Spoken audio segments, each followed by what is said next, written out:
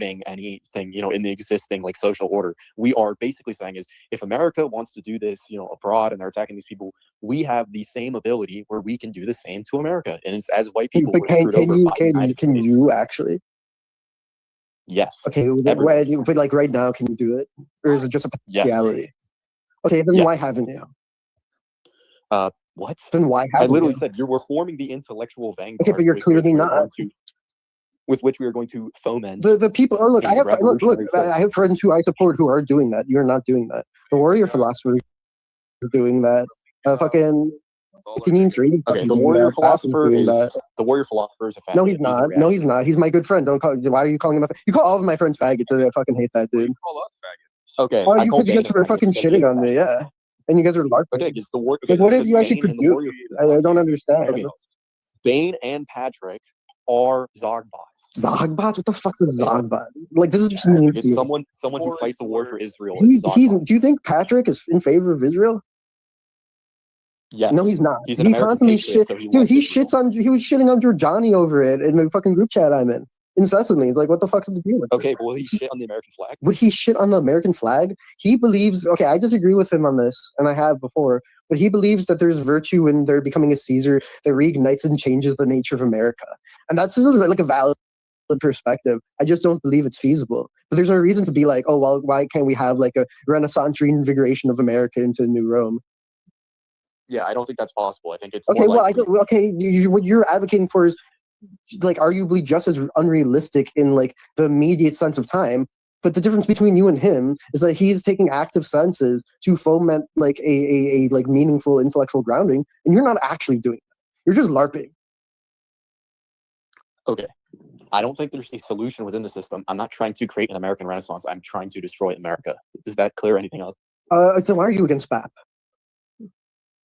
Bronze Age Pervert is funded by Peter Thiel, who's in. You're an idiot. No, he's not. He's denied it multiple times, and he's explained why that's not the case. You're just buying into propagandistic lies, dude. Who told? Okay, and where's your fucking evidence, bro?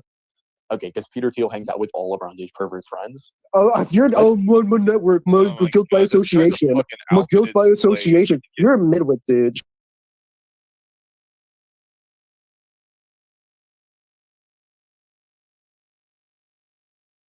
Shut up. Not you, MGL. Not you, MGL. The guy who just fucking attacked me. Okay, so is Curtis Yarvin? Is Curtis Yarvin? How is that not guilt by association? Okay, is Curtis Yarvin not a part of? He's not getting funded by Peter Thiel. Okay, Peter Thiel has said that Curtis Yarvin is his greatest influence.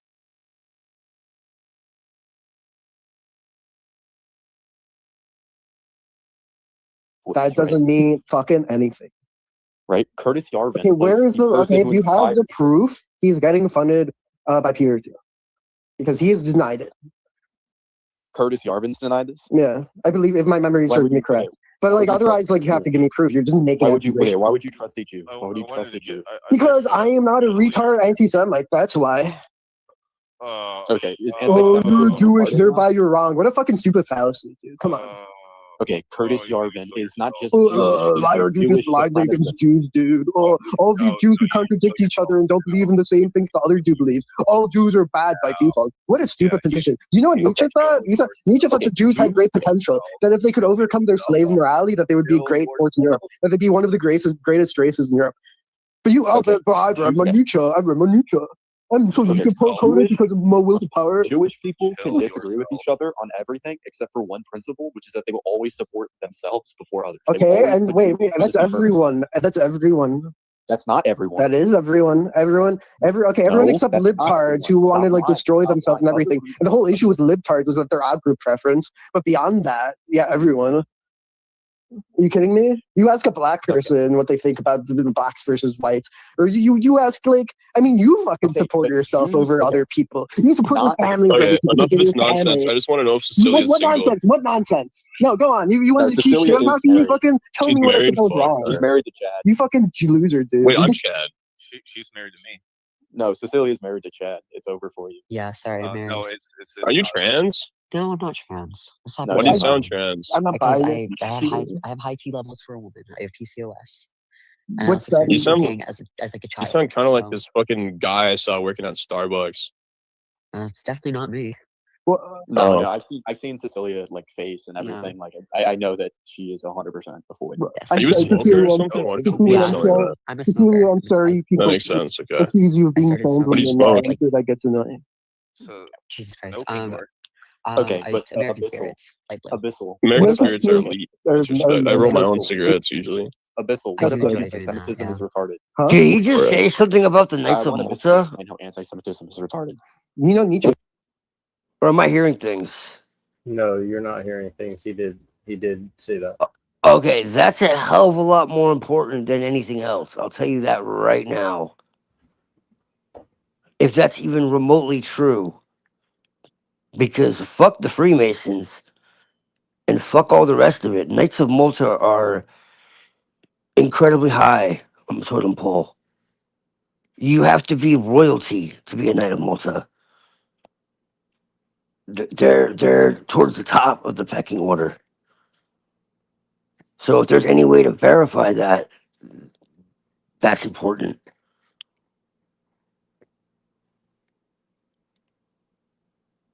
Like you cannot didn't catch who be he's a talking normal about. person and be a Knight of Malta. It's not I possible. didn't catch it. I didn't catch exactly who he was talking about,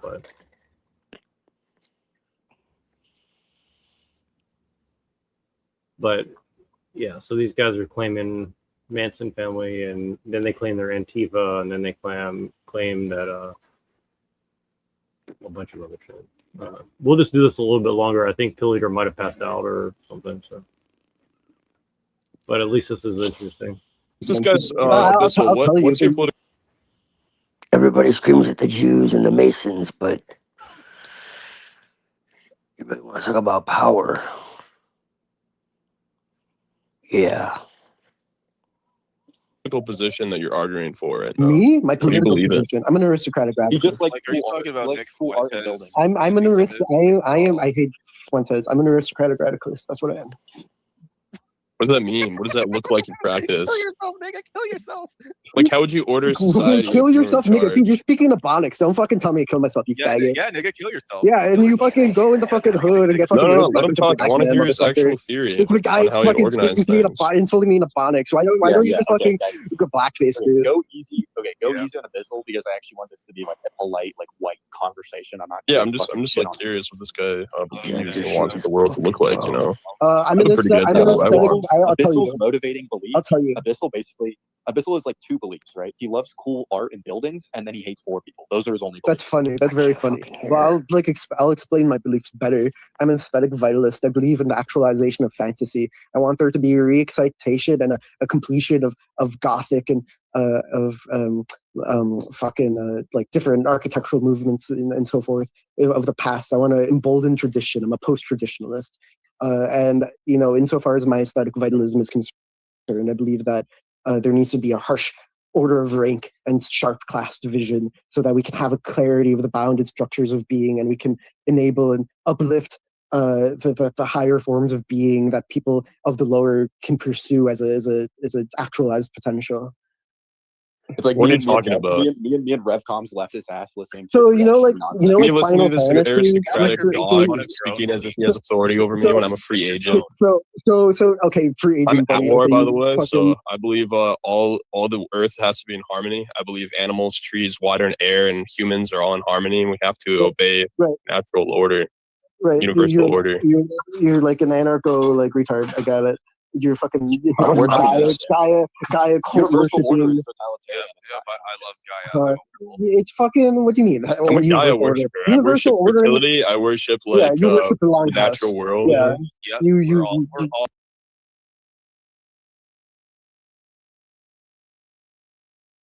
So Gaia worshiper. Oh shit! You kept dropping out. Okay, you're back. Yeah, because I keep losing sound. I don't know what the hell's going on. But yeah, what I was saying is, if this can be verified at all, that any of these people are Knights of Malta, I think you know as much as I do that the Knights of Malta are way above the Masons or any of these other people. I don't think they were claiming that they were. I think you said someone was. Yeah, they're talking about like Bronze Age pervert or Theo or someone like that. like Peter Thiel or something. Okay. Pretty sure.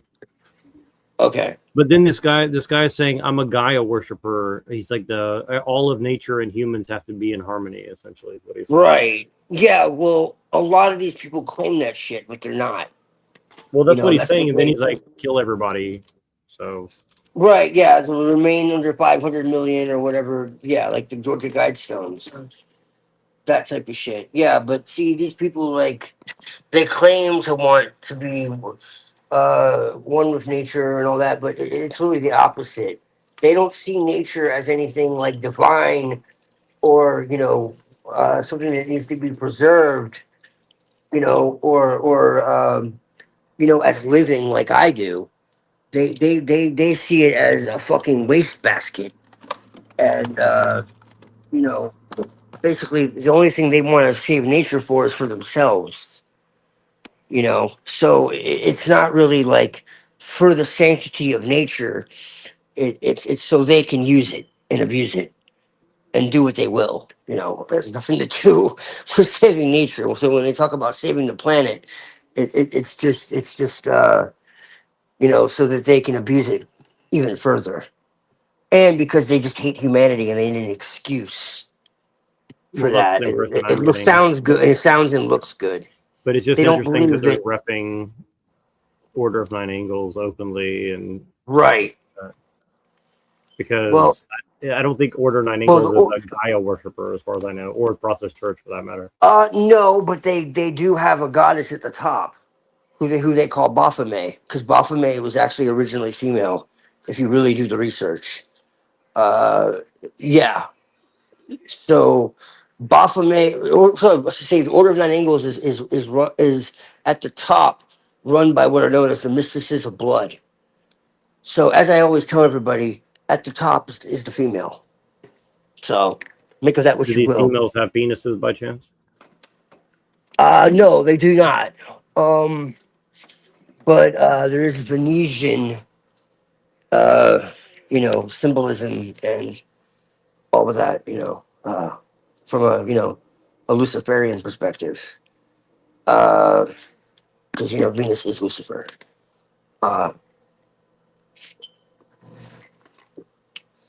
But the Order of Nine Angles really goes back to the medieval, like hermetic, and then they have like Greek, Roman, pagan elements, and then they have like a little bit of like a British. Would you say they're almost like Templars in a sense, like almost like a nice? No. Mm-mm. No, they would be anti-Templar, more like Cathar, which people confuse the two. Are you sure they wouldn't be like the Brotherhood of? The Brotherhood, the Brethren of the Purity or something, or talking about? You ever heard of these people? Brethren of the Purity? No, I haven't actually. Brethren of the Sincere. Brethren of no. Let me share it with you. Hold on. No, I've heard a lot of the fucking groups, man. So that's pretty shocking that I don't know.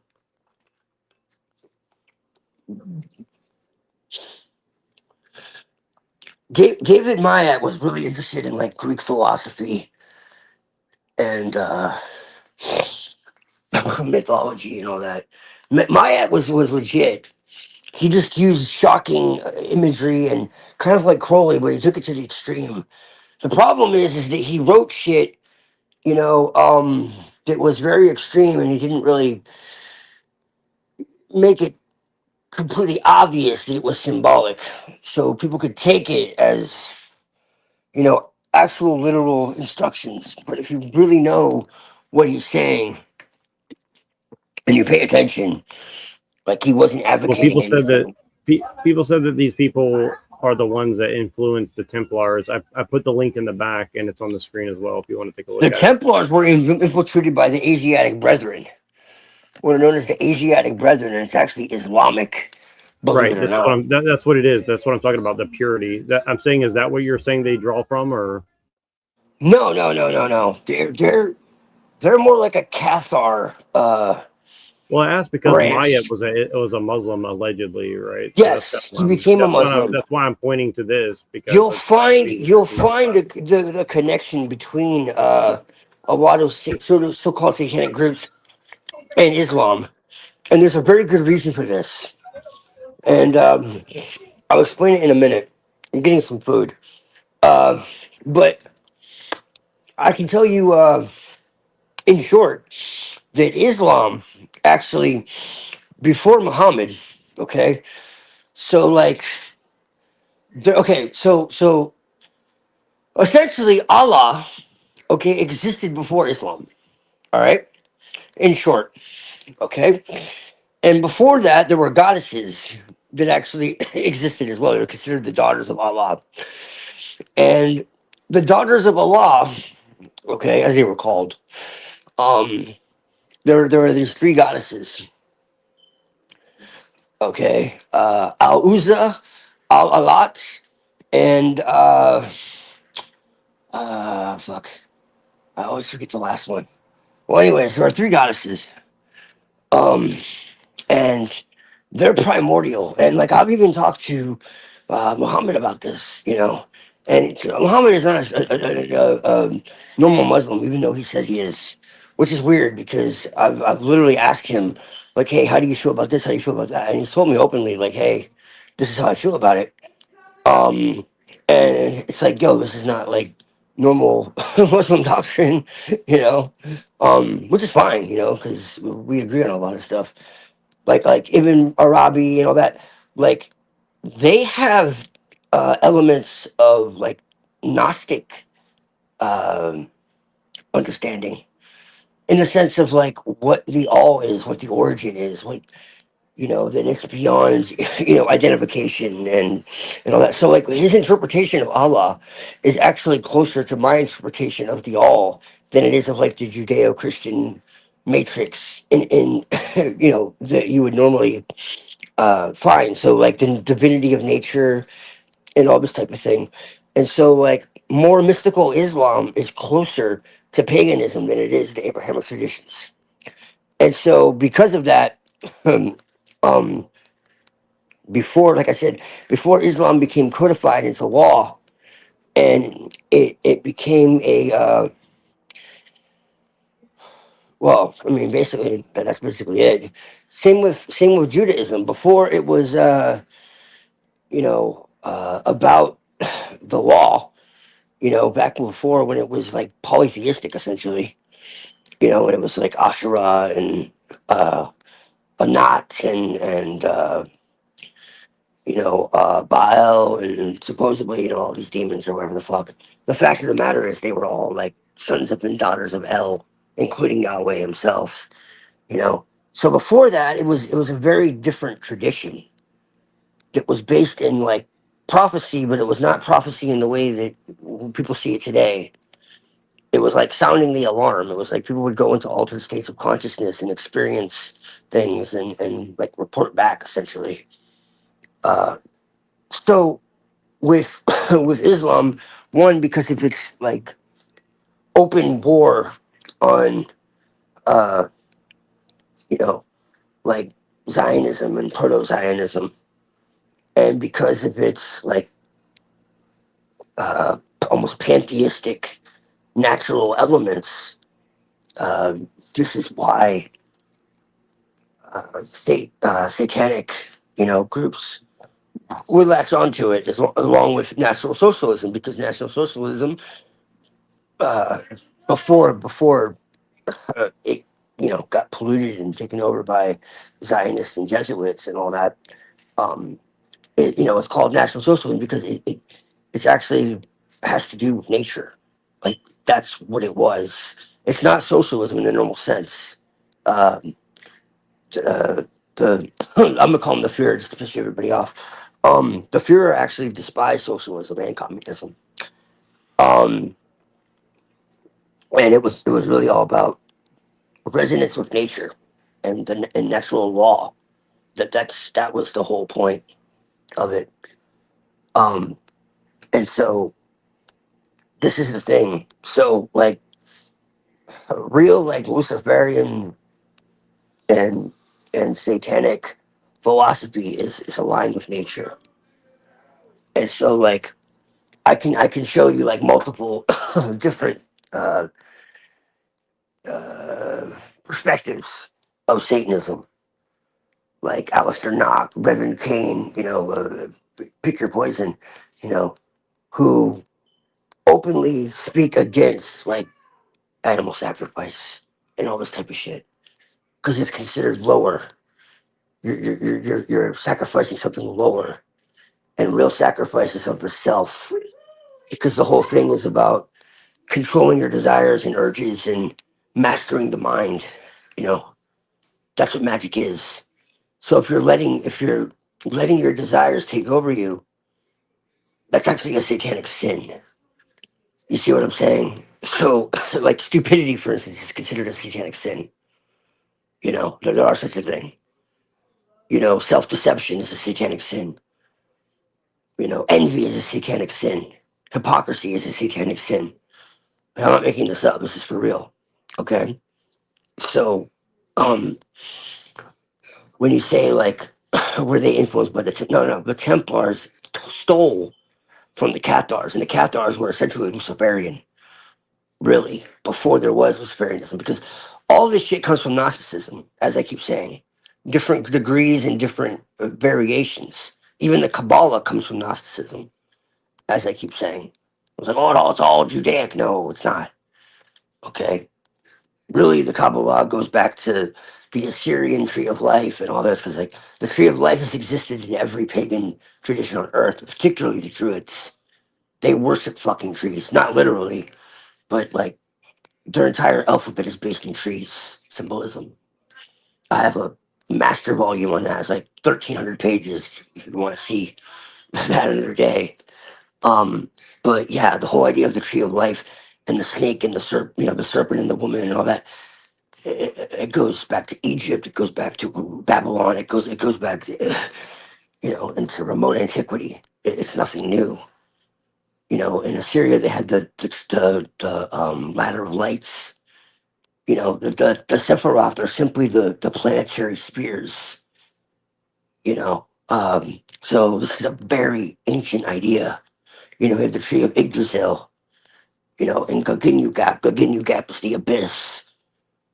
What later became the Qlipoth, which is what I work with, and is considered the tree of the knowledge of good and evil, or whatever.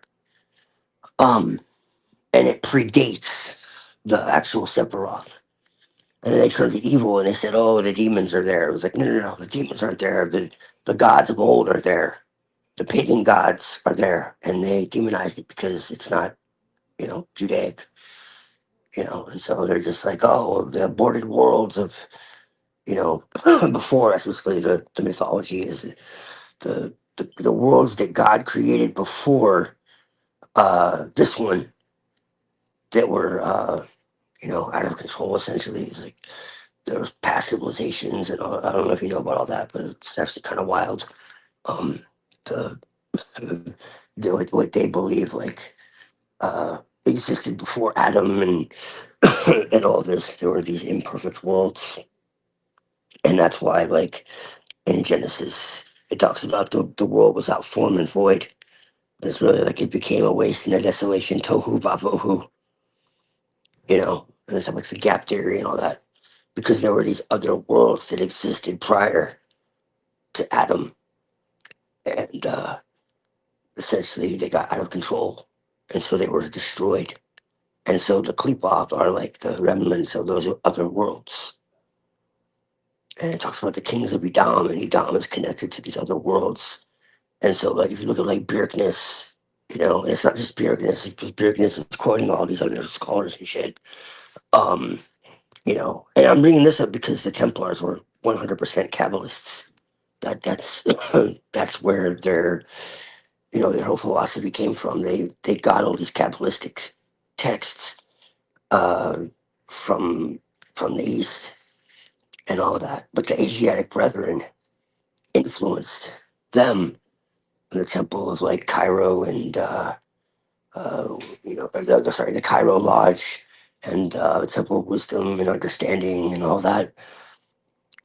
You know, um, which ultimately goes back to Persia, really. You know, the Illuminati, what we call the Illuminati, started in the East. You know, everybody blames the Europe and the white people, but the fact of the matter is it started in the East, like in every way. Just like religion started in the East. You know, Christianity, as we see it today, started in Syria, which is perfect. Judaism too started in second Temple Judaism, at least. I mean, before that, that's a different story. But like, it started in Syria, man. Like the first churches were in Syria. That's like not even debatable. And so, like, that's Paul was in Tarsus, which is in Syria, Turkey, like that whole area. All roads lead back to there. You know, and Johnny has pretty much shown this conclusively, whether people want to, accept that or not. Like, he's given a lot of evidence for it. He's not just pulling it from the sky. He's given a lot of, uh,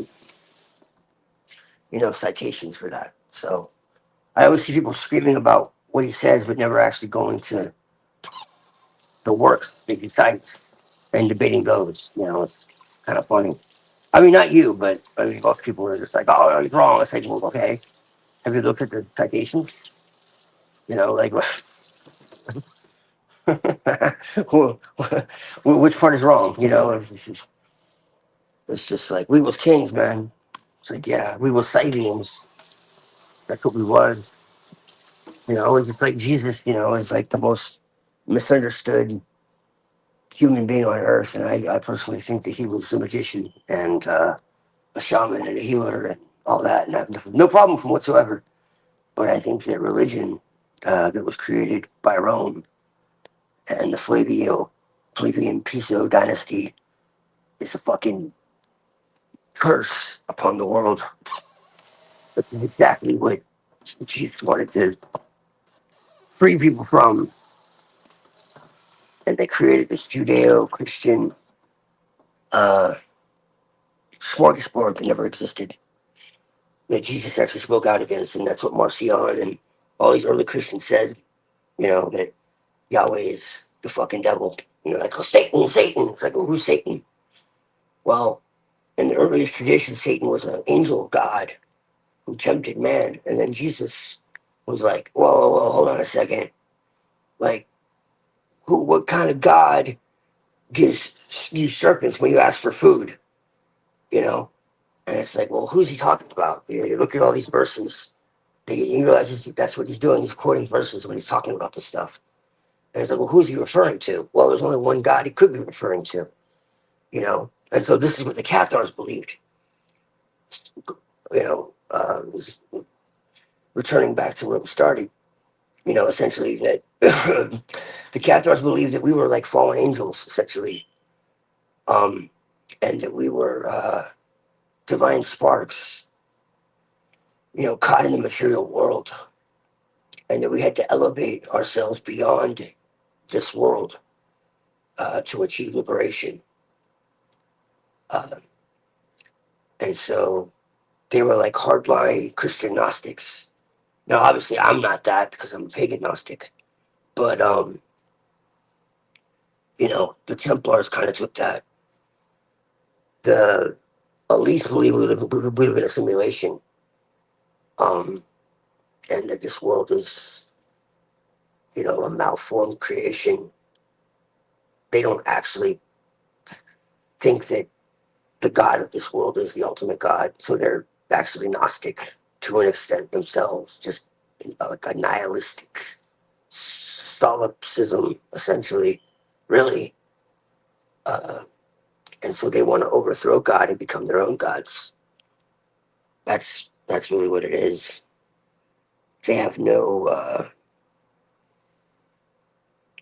respect for divinity, for nature, for humanity, for anything. They hate it. It's like the Matrix. you are the virus. You know, like that's really what they believe.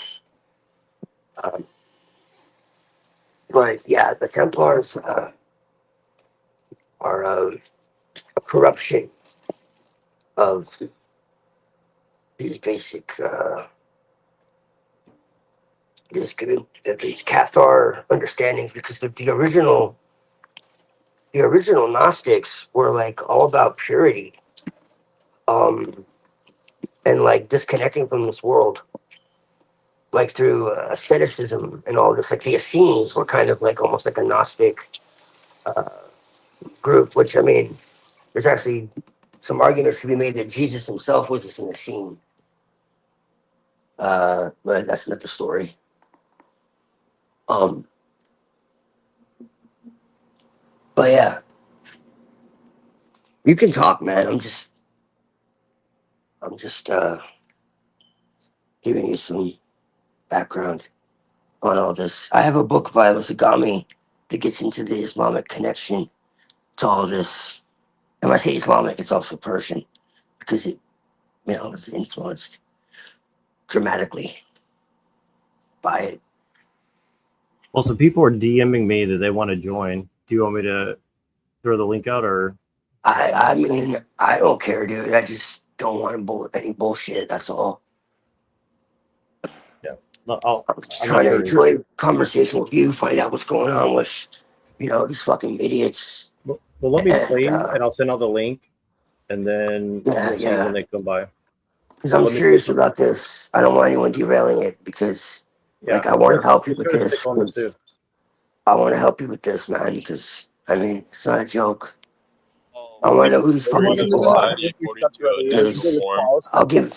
Lewis will give him a fucking visit, and we'll see how fucking, you know, down they are, how satanic they are. Fucking retards. No, I agree. So let me play this. I want to get your take on it too. Because I have the mind of Lucifer, but the heart of Christ, man. You know that. Yeah, and I have some questions for you too, but I'm just my hands are busy, so I'll be right back. I'll play some of this. Okay, Abyssal. The Longhouse is kind of based. I think that was wrong. Because, like, I don't know why people are opposed to the Longhouse. Like, you get literally free. Okay, you go out in the field, you work like 4 hours, and you get to fuck your wife for the rest of the day. Like, that's awesome. The Longhouse is you advocate for primitivism. Like, okay, there's no point in not necessarily primitivism. I just believe in taking the structure, which is obviously matriarchy, which has worked forever, and just implementing it with the modern technology we have. That's all. Something can work, and something can work for the worst, and like be outdone and outcompeted by. No, matriarchy produced every great civilization in history. Yeah, right. No, I see what you are. Okay, and the Brits are, where are they now? The Europe you hate now is a cause of what? It's a cause of the patriarchy being overbearing, causing people to rebel against it. Duh. You're right. Like, how do I even argue against you? That's just such a fucking bad reading. Like, I don't. All of our academic institutions are ruled by. I don't agree with full matriarchy, but patriarchy is dysgenic. The patriarchy is objectively, that's my point. Patriarchy is objectively dysgenic because men will just fuck anything. Men intrinsically are going to be driven towards rule, because the man is the sex which desires status, wishes to make meaning in the world through own identity. And in the same sense, the ancients considered the fact of the unrecognizability of woman and specificity to be a trait of their unique humbleness as the other sex. And this is just the fact of nature. And when you have a society that is gynocratic, that is ruled by women, you lose a sense of culture and society. You have something horrible like identity of that society, because it's ruled by the identity of self. You have something horrible like fascist Italy or National Socialist Germany or Rome at its height, which were all ruled by women, but they were ruled by women. Okay, Hitler was a woman, bro. Even Braun had more power than Hitler. Hitler was a woman, bro. Dude, what are you on about? Like, why are you just rage baiting? You're just.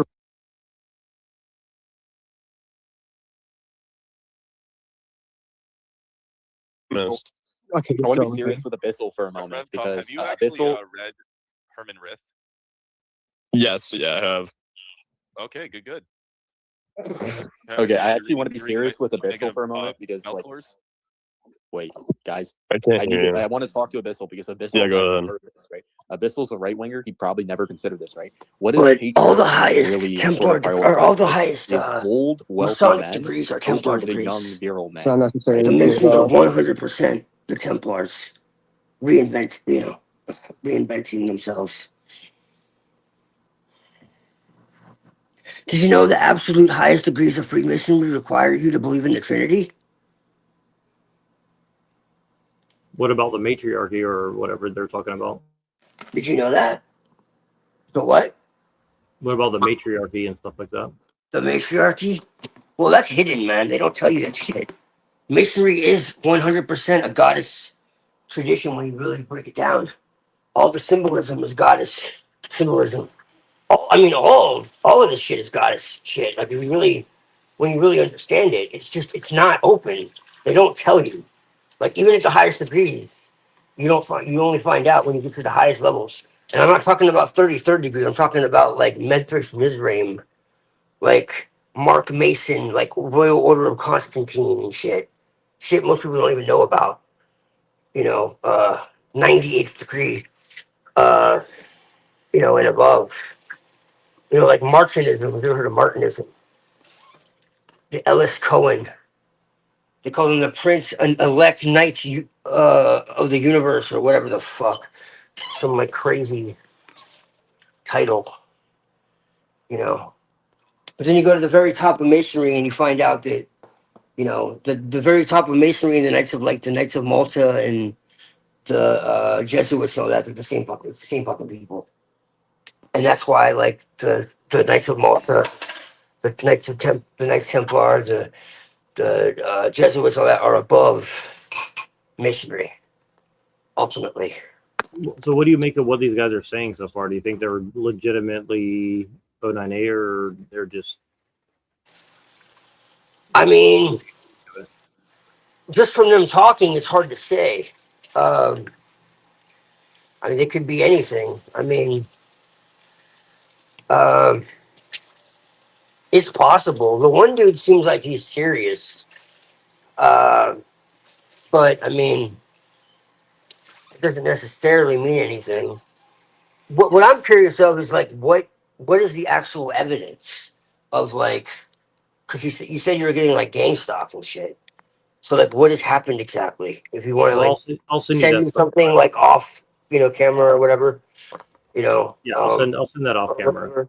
Yeah. Like, Because I do don't you have have that. like, yeah, like what's actually happened? That's what, not just what people are saying, but Well, like what, it's like a group chat of like 40 people that are all like right, talking about him and saying that they're looking for him. right. Well, yeah, like I said, these people like to sit in group chats and send like cartel videos and talk about like I'll skin you alive and you know what I mean. Like I've seen that type of shit. Because like I said, they tried to get me involved in this shit, man. Because I was a member of the Order of Nine Angles. Technically, I still am. Uh, you know, and they tried to pull me into these adjacent groups, and I figured it out. And they're just like, oh, you could really help, and we could really help you, and they tried to like, you know, tell me that, I would really make a difference, and this whole spiel, I can make money and all this crap, and I'm just like, no, dude. Like, I see what you're fucking about, and you're not aligned at all. So, I'm up here now.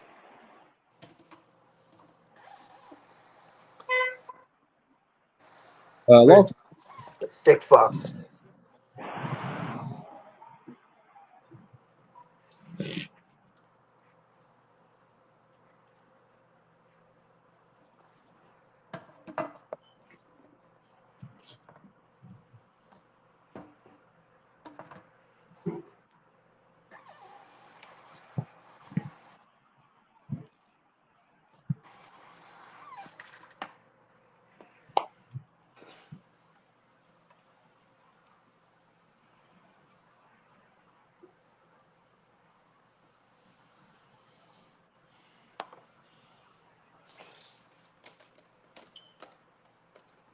Yeah, I'm here.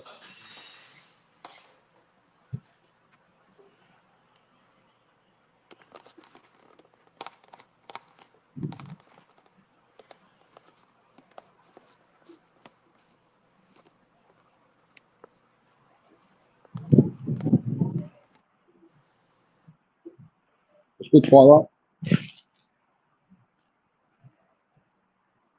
Twilight, can you hear ESP?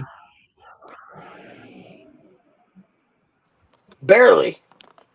Let me boost him. Let me give you a booster. Houston. Boost you. Let me boost you up, mate. Give me Hello? a good old romp from there in the United Kingdom. You know all about the processed church and all these silly little places around here. They're sick I know it's fucks, Houston. man. Who is? Oh, I'm walking now. I'm walking in the ring.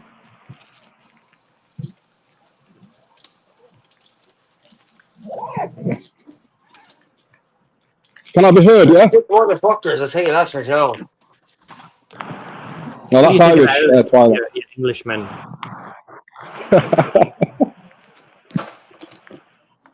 I'm the other side of the pond.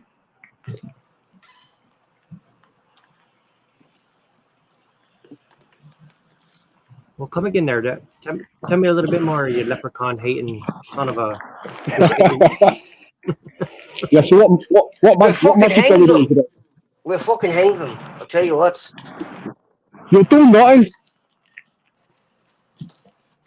Hey man, technically I'm fucking Irish, so you know, I'm allowed.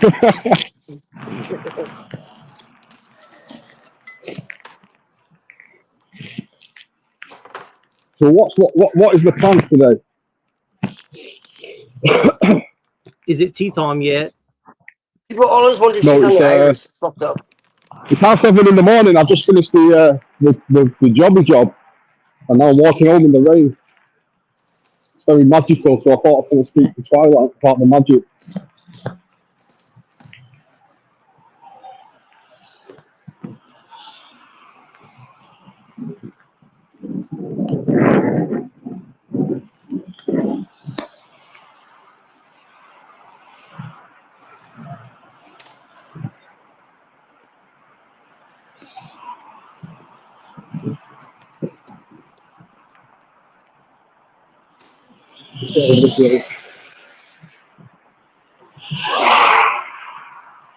That'd be great. And it's over on the live stream. Sorry to leave you hanging, ESP. I just need a few minutes. Give me a rant about England or What the whatever's going fuck on is with you. that? I think we're on about England.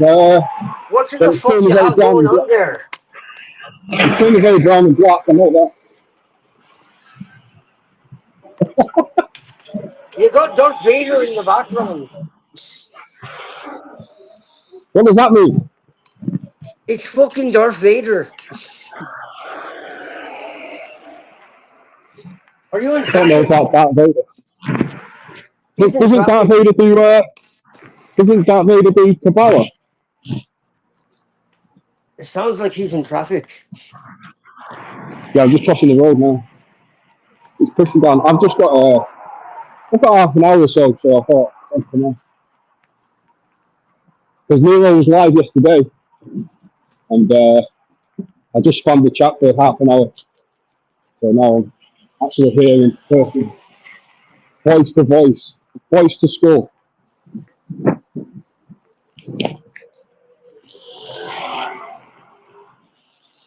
But Twilight, you sound like you've got a bit of a chest infection or something like that.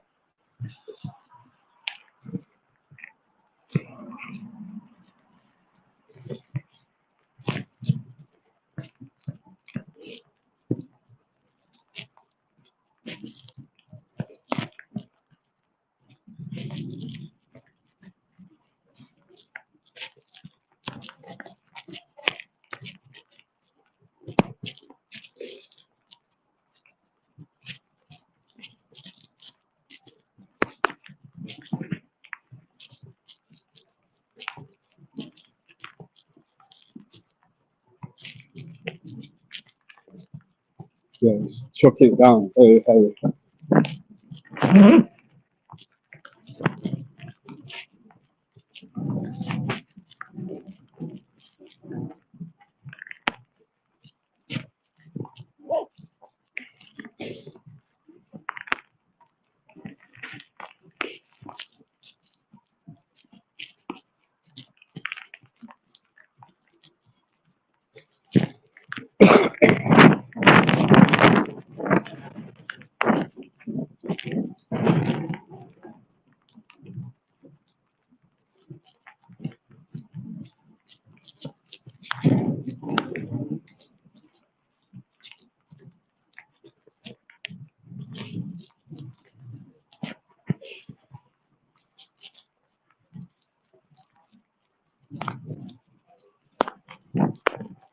Yeah, sorry, I know I'm a shitty host. I've just been wrapping up my shit too. Yeah, you're a busy man. ESP. Are you a fan of the band Blur by chance? Who? Blur. Blur. Damon Albarn. Not really, no. What girls who do boys like their boys who do boys who do like girls? Your voice is muffled. Can you bring the microphone a little closer to your Yeah, yeah. Yeah, no, not really my favourite band. You're coming in okay now?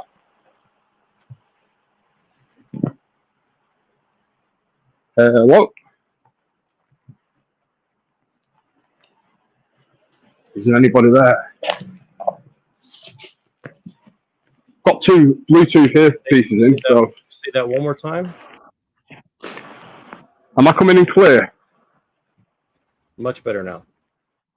Yeah. It's because it's raining, so I've got my hood up, and I've got the 2 Bluetooth earpieces in, so. But yeah, I'm just coming in quickly, just, well, not quickly, but I'll just come in for as long as I can until I have to get on the public transport.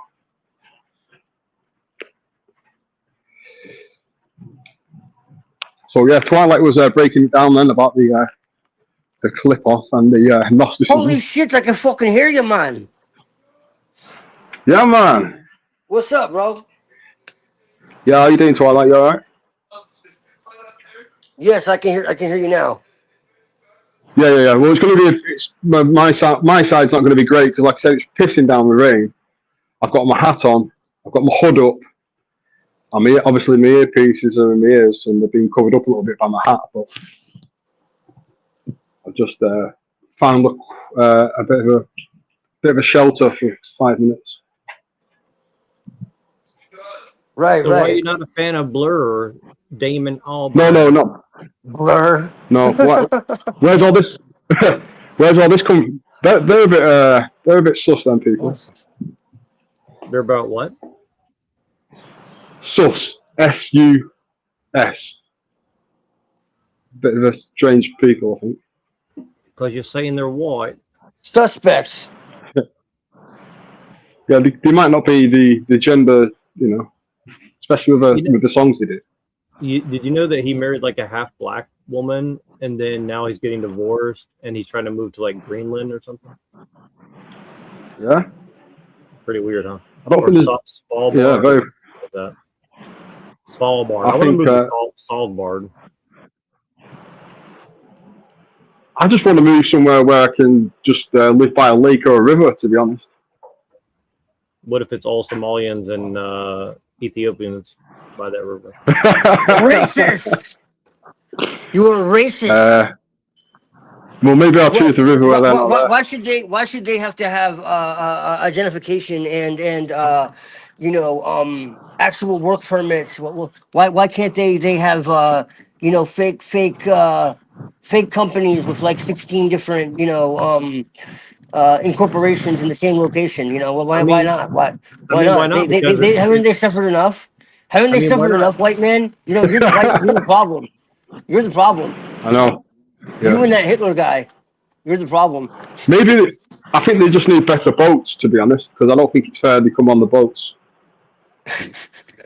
So I've been talking to people on all these different social media about this stuff, and they're always like, "Yeah, no borders, no USA, or whatever." And I'm like, "Yeah." I'm like, "So you're a Zionist?" And they're like, "No, I hate Zionism." I'm like, "Well, that's the plan of the Zionists to dissolve all borders except for Israel." So like. Why are you being such a Zionist now? It's so funny because they just get mad and block you. Bro, Trump just ended the UN. That's the what is it you're on? Not Twitter. Is it X? You've been going on. Yep. Trump just ended the UN, dude. He just ended it. He told the World Economic Forum like enough is enough. That's his slogan. He did a whole Illuminati card slogan. Yeah, he did a whole speech at the World Economic Forum. And he's like, I mean, globalism is over with. We're done. I mean, I want to believe that his heart's in the right place, or at least that Dude, it's it going to have some good is. effect. But Dude, it's not even a It question. is. It's just a matter of if someone's gonna, assassinate him or, has other plans on top of that. Like if you look at what he's been doing the last week, dude, it's a lot. It's Yeah, a but if whole they lot. assassinate him, he'll just be part. If they assassinate him, he'll just be part of the script. No. Yes. well, he does have like the best stem cell research in history because his ear totally re-healed like he's Wolverine or something. Bro, I don't he's think he is. rebelling against Israel right now. Like right now, he's rebelling against Yeah, Israel completely. yeah, but what does that really? Yeah, what's that really mean? Yeah. So like That's he's the mainstream. Messiah, son of Joseph, right? So, He's German. He's German and Scottish. yes, he is. Well, Yeah, he goes Christopher back to John Templar Bierman families, disagrees actually. with you, Twilight. Yeah, no, he actually goes back to Templar families. No He doubt about probably it. is No. a Templar. It wouldn't surprise me.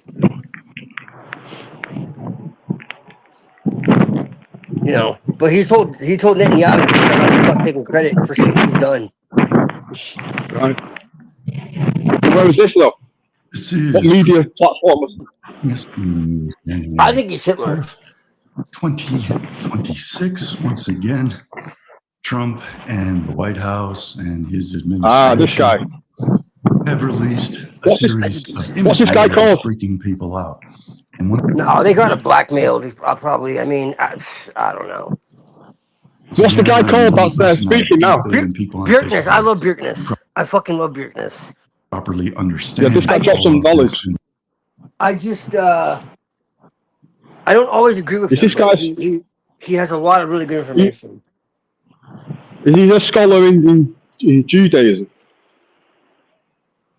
He He seems he to know a knows lot. his stuff for sure. When it comes to Judaism, Kabbalah, I would make the argument Christianity, but in the empire institutionalized version, because I actually believe in Christ, but just not in the archontic, mainstream sense. But I actually do believe that Jesus existed. And he tried to enlighten the world, and it was turned into something to enslave the world by empire later on. It's like the internet is split on Jesus. It's either it was just an allegory, and it means, some sort of Christ consciousness. Jesus goes through the spine and the oil and all that shit, and then it's no, Jesus was an actual person. So it seems to be split with different people. Well, it's both, really. It's both. People can't accept the fact that both are true. So basically, as far as I'm concerned, the allegory is true, okay? But what people misunderstand is just because of astrotheology, okay, in the gospel texts, okay, those texts were written after the fact, okay? Like if you go back into history and you look at some of the earlier texts that were rejected, okay, like there was no story of his birth and resurrection and all that. This was all added later on, okay? So that story of the birth and resurrection and the disciples and all that, that's astrotheology. But what people don't understand is they look at that and they're like, oh, it's a symbol of the sun. It's like, okay, yeah, but what is the sun? Like the sun isn't literally the ball in the sky. It's a symbol of, like you're saying, Christ consciousness. But even that isn't really the full understanding. It's understanding the consciousness goes through cycles. That's what the zodiac is. People look at astrology and they're like, oh, balls and rocks in space are influencing the destiny of humanity. No, that's not what it is. Astrology is the cycles that consciousness goes through. Everybody goes through these cycles of consciousness. So if you look at the Bible as like everybody is you, essentially, at different periods of your life, it all starts to make sense. So when Jesus says, I and the Father are one, yeah, because everything is connected. It's non All right, let me duality. hear you. Right, let me hear you this one, yeah? And then Jesus himself most likely existed, but the story that was made afterwards is fraudulent. It's based in reality and then also like mythopoetical stuff, astrotheological information. And then like they took his parables that were authentic and they mixed it all together basically. They took paganism and Christianity and Judaism Yeah, and yeah, they yeah, mixed yeah, it all yeah. together. But if you read like the Right, let me Gnostic just, texts and like the pre-Nicene texts, Jesus is basically like a fucking Buddhist monk, you know, where he's like, look, the temple is within you and all around you and you don't see it, you know, and he was like basically speaking truth to power and shit. He was like completely yeah, flipping the tables antinomian. over. Yeah, flipping. He was Right, a listen to this liberator. one. Go I've ahead. subscribed to this rabbi. I've subscribed to this rabbi who's deep into the Kabbalah, yeah. And yesterday he drops a 20-minute video saying that Jesus, when they say in the Talmud, Jesus is actually burning in like shit. What that really means is they're having a dig at the Christians that drink wine and eat the bread and say that is Christ's flesh and blood.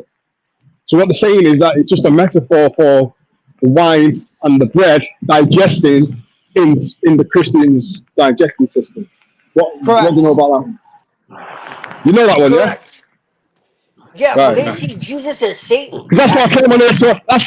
That's what I really came on here to ask you about that. So Well, what's crazy is like the top Kabbalists who really understand this shit, they'll tell you that Jesus was like a Kabbalist and that he understood like the Torah inside out and upside down and all this other shit. Okay? so And so they'll sit there. admit, go ahead. Yeah. So the Jews are saying that it's some type of blasphemy for the Yeah, Christians to do some sort of cannibal ritualism by yes. pretending that the bread and the wine is blood and flesh. Yeah. Yeah, because it goes back to like Dionysus and these pagan gods, ultimately. Like Well, it really if go ahead. no, I'm just saying the comment section was quite split. Like some of them didn't take it very well, even though I think most of them are Jews. They still didn't take it very well. There are Jews that understand what Jesus actually was though. Yeah, there's many different types of Jews. Like there's many different types of Christians and Yes. Freemasons. Right. And One like person's understanding is different to another person's understanding. the top like the top rabbis who really have studied this, they themselves are like closeted Christian Kabbalists, you could Christians. say, really, because they they see they see Jesus as the suffering Messiah of Isaiah 52. Yeah. Okay, they see him as the you know the fulfillment of that, but they see him as Satan. They see him as Armilus. Okay, so they believe that he was born of Samael and Lilith, Yeah. and that he's a false Messiah that leads the Jews away from the Torah and from the one God into idol worship. Now this rabbi was saying that the Jews see the Christians as some type of monkeys because monkey see, monkey do. They're trying to go up because they say they have the first scriptures. Is that what that means?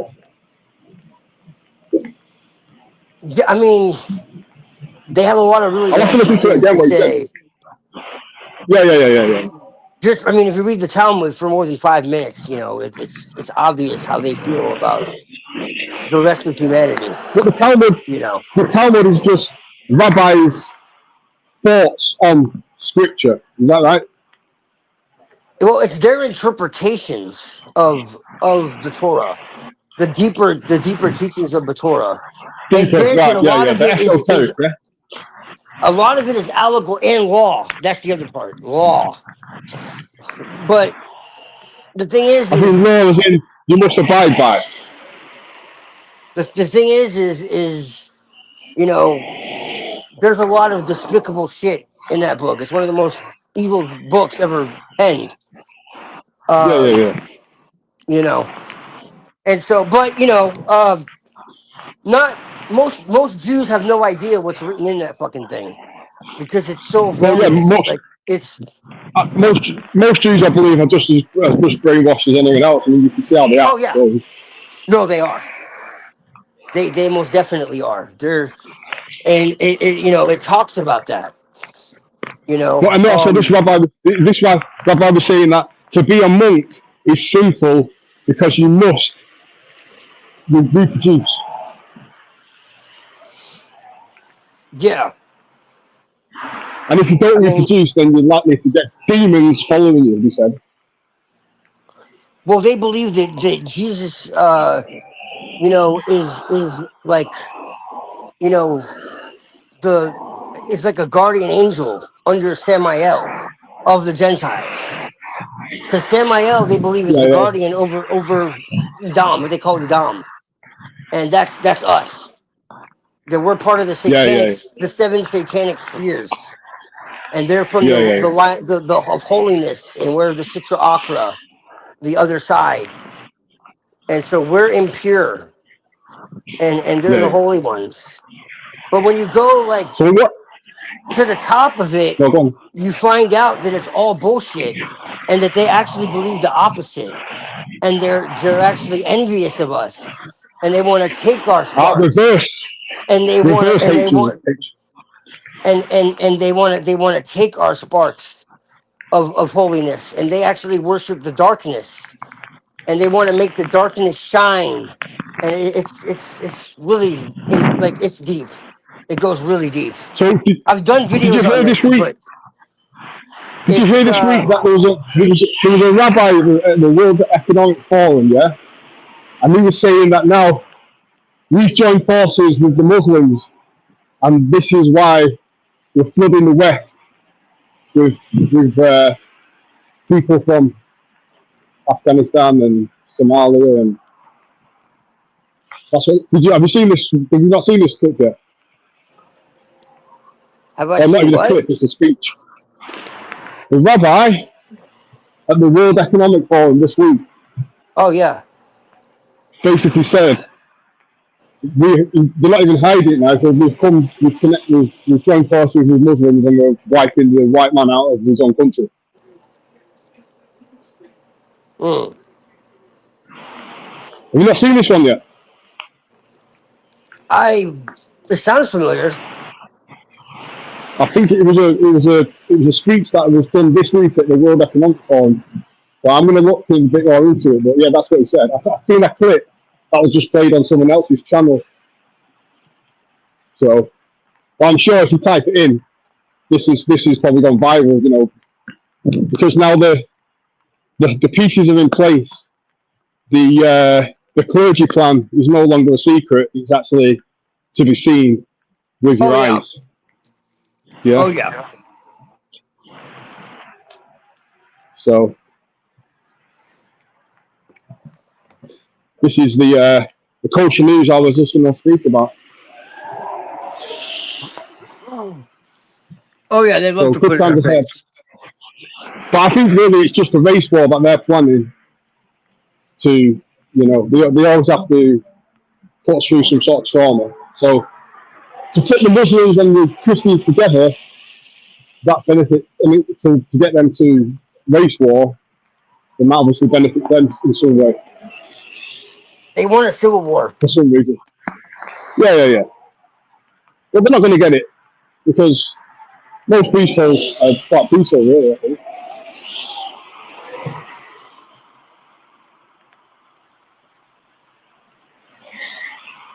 That's what the ice shit is all about, and all that. Right, so what's the clipper connection with the Talmud? Is there a connection there? Big time. Oh, yeah. So if the flip-off is evil, why are you taking part in it?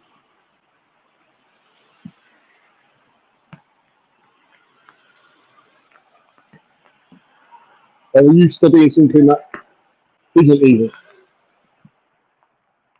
Or is it what's evil to one person isn't evil to another person?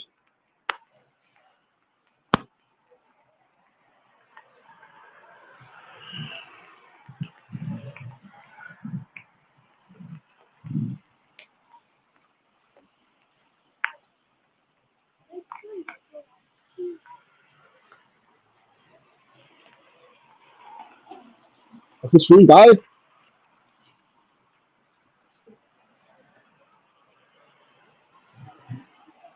Sorry, I can't. I'm trying to understand you, but your voice is muffled. Oh, is it there? Because I'm near the road now, so. Are you biking or Can walking? you hear me now? I'm just walking. But it's pissing down with rain and there's a lot of traffic, so it's probably distorting the voice. No, Yeah. It's just like it's like your mic is hot, and then there's like something covering the mic, so it's like loud, but I can't. Yeah, well that's my hood. Yeah, you can hear me now, though. Yeah. Yeah, now I can hear you. Yeah, better. Yeah. It's still. I was still run across the road. So. Well, so I was just saying the connection between the flip-off and the Talmud, and I was saying to Twilight, if it's evil, what is he getting out of this? You're asking Twilight what he's getting out of the Talmud? Well, the clip-off. The clip-off. Because I heard he said the clip-off is connected to the Kabbalah, no? Kerplah! I like to say, well, he said he'll be right back. That's like a Klingon thing or something. Nah, I mean, to quote Rand. Well, what I've read, it's the dark tree of knowledge. Yeah, it's like the Anus. Bjerkness talks about it. It's like, so the symbol of Grok that looks like a Saturn. Apparently, that's like the anus of the tree of life, and then on the other side is the tree of death, aka the tree of Uranus. I'm not joking. Yeah. So like they see Saturn as like a portal to like the tree of death, which is actually the tree of life, and then the tree of life is the tree of death, and so that's what they're talking about in the Bible according to the Kabbalists. Yeah.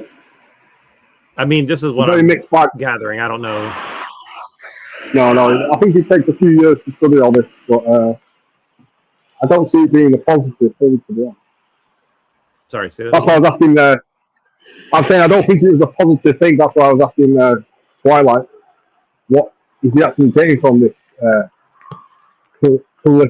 clip-off?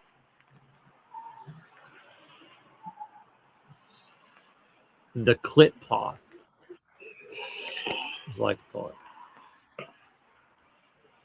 It sounds very. He said it's a new manifestation of a far more ancient system. That's what he said. Right. Yeah. Well, I hope it's doing him some good.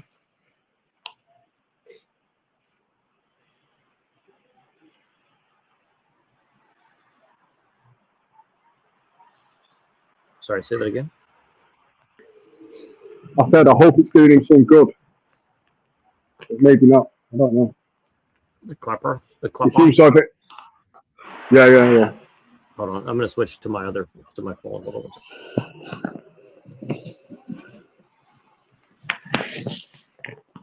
Okay, can you hear me now? Yeah. All right, hold on one second. Let me connect my Bluetooth feed again. I don't know why I disconnected. I can hear you clear now.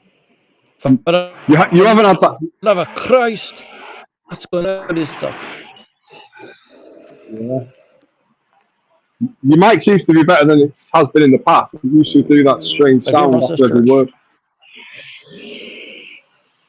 Say what?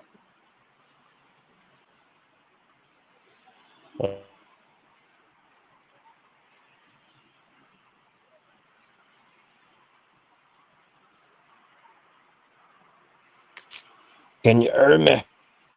Can you hear me? I can. Can you hear me now? Clear. Okay, cool. How's the sound? Check Better? 1, check 2. Okay.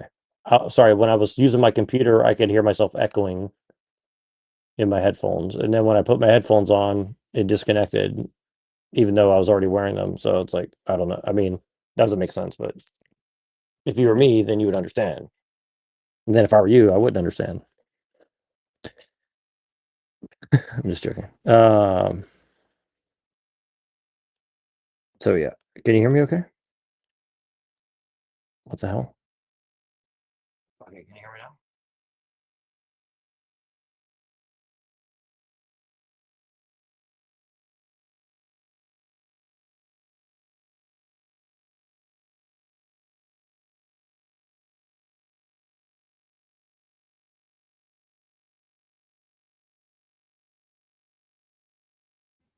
Oh, well, I guess he's gone. I don't know what's going on. Yeah, I don't know if anybody's watching still. If you're in the chat, drop some P-bombs or something in the chat. Let me know that you're down there. I guess Twilight is MIA for the moment, as is his audience, because they got annoyed with me. So I guess I'll make it worse and play a little thing for you guys.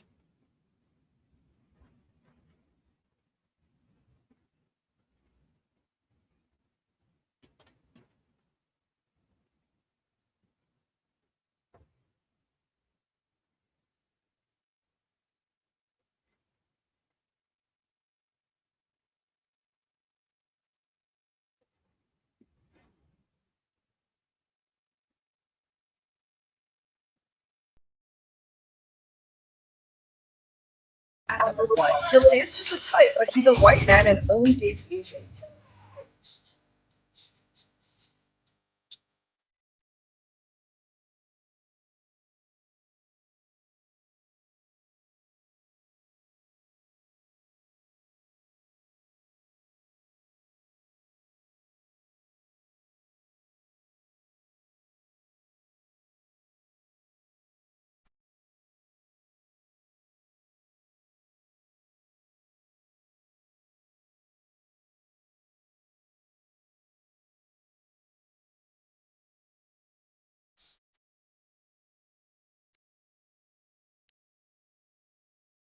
I could really give a fuck now. That ain't my motherfucking problem. Oh yeah, I got the same fuck when I'm driving in my car. Fuck when I'm walking in the fucking park. Fuck you if you don't like what I say. I love the same fuck every fucking day. Yeah.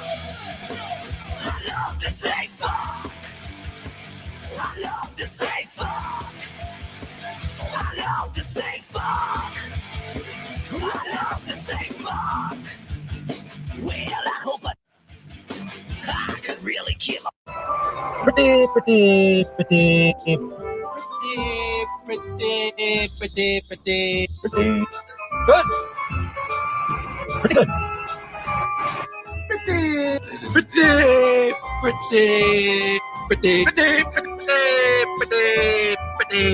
good. Pretty good. Pretty.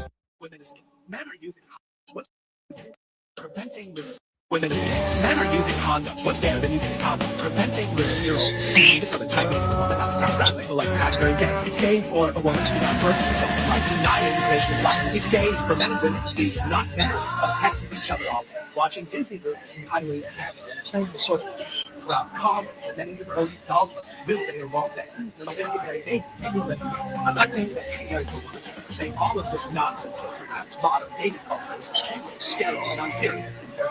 Women is men are using condoms. What's better than using a condom? Preventing the seed from attacking a woman outside rather like that's very gay. It's gay for a woman to be not birth control, like denying the creation of life. It's gay for men and women to be not men, texting each other all day, watching Disney movies and highly playing the sort of calm, and then in your own adult will get involved there. They're not going to get married.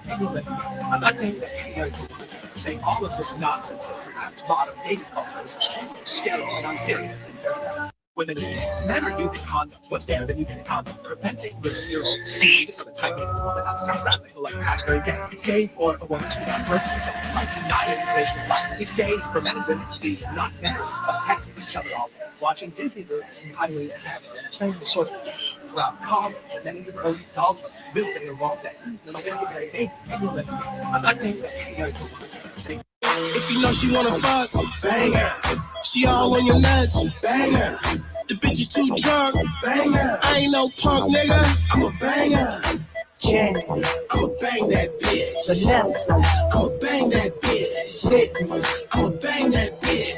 I ain't no punk, I'ma bang that bitch. Hey, short, you know what's up. Last night at the club, I was trying to fuck. Seen a bitch with a big old butt. Took her to the bathroom to bust a nut. If you know she wanna fuck, bang.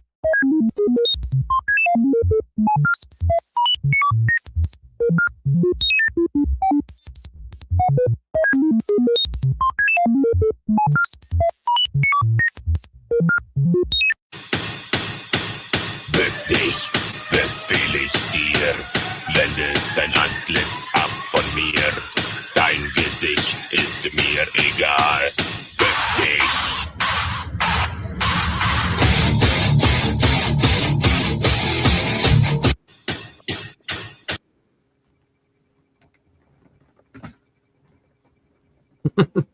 Hola, mi amigo. And thank you, AI Gollum ESP man, for coming, because always a pleasure.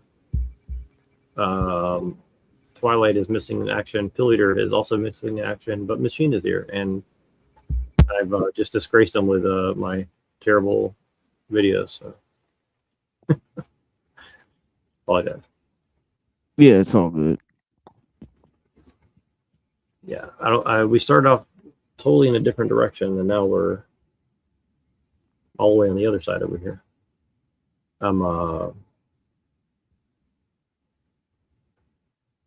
Let's see here.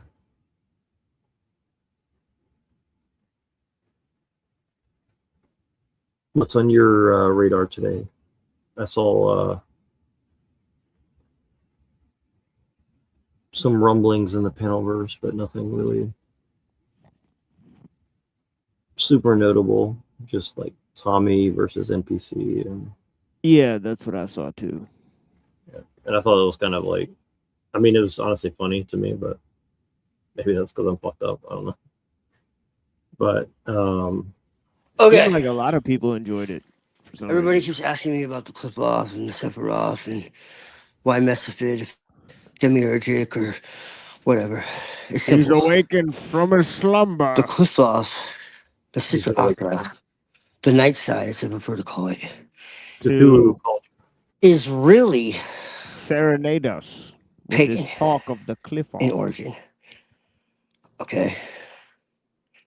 So that's that's the short answer. If you want the long answer, go the easy way or the hard way. You know, I can give you that too. So I wrote a whole article on this. Well, it's actually part of my book, but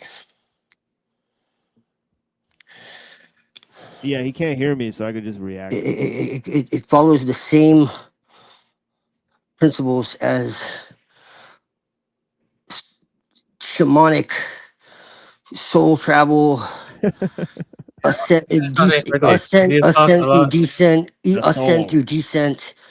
rapture. He can't hear us, so we can just react. As I said, the ancients didn't see a separation between the natural and the supernatural, nor did they see it as a disembodied world somewhere else. They saw everything occurring within nature's framework. Yo, Twilight. That doesn't mean that there weren't other worlds. Yeah, it's just that those other worlds were right here and right now. Hey, Twilight.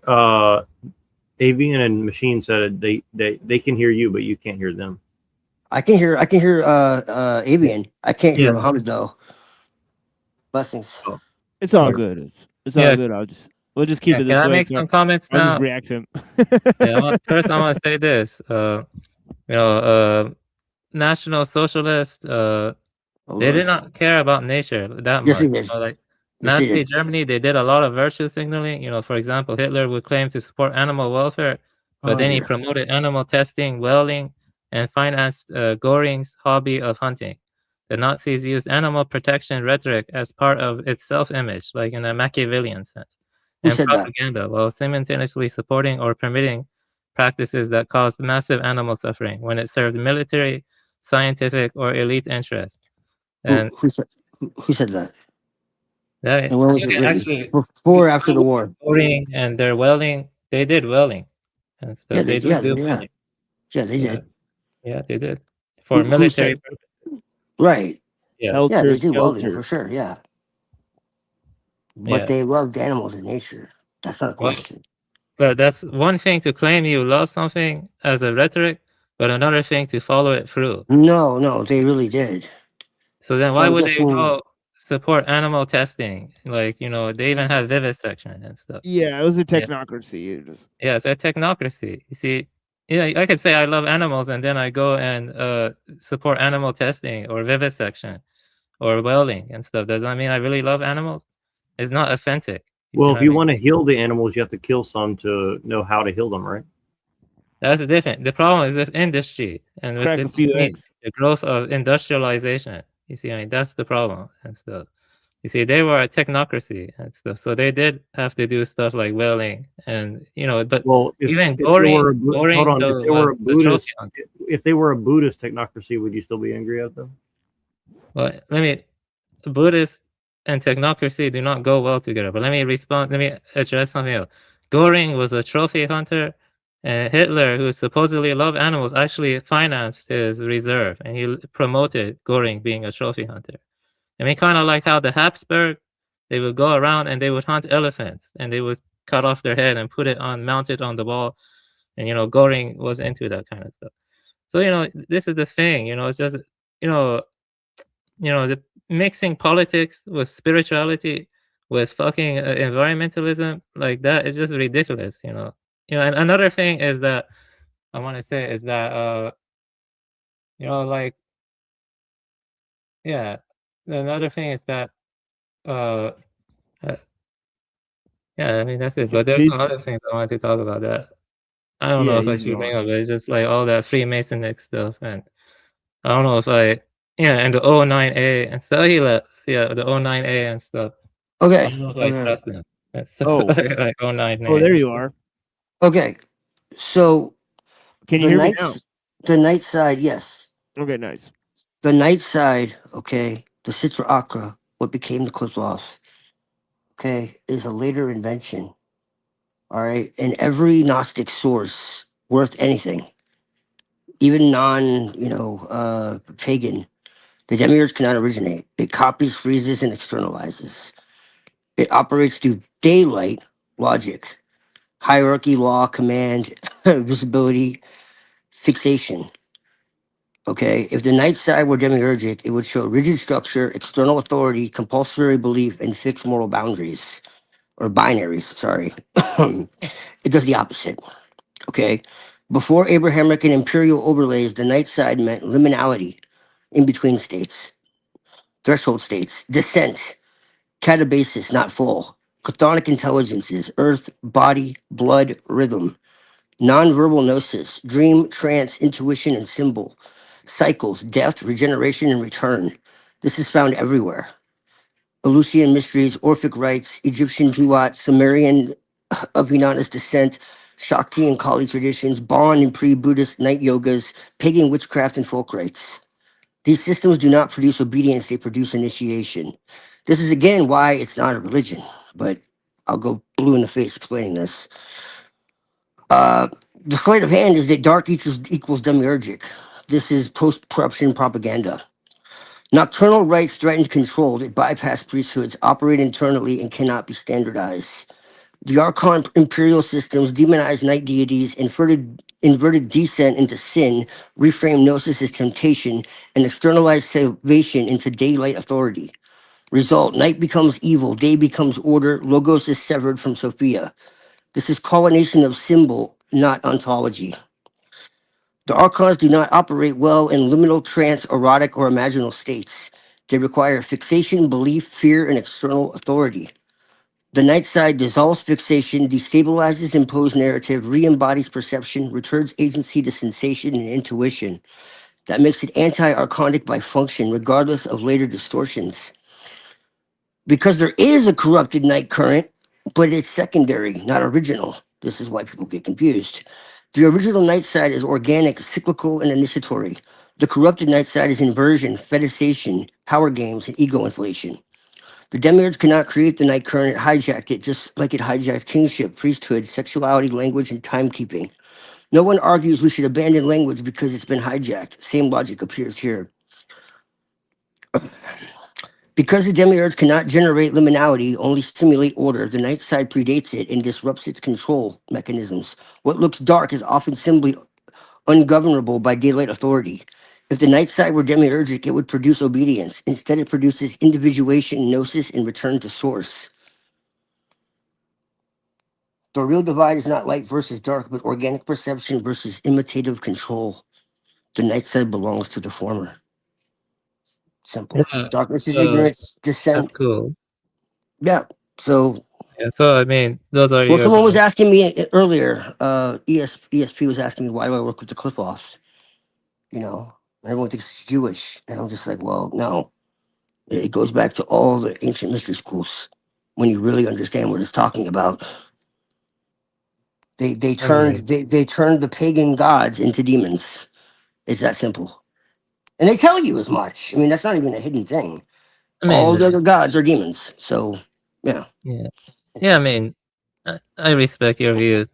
I have some areas I diverge in. You know what I mean? So yeah, yeah, but I respect it. Yeah, I diverge in some areas, and so I respect it. You know, it's kind of like how I can respect different views, even though I don't agree.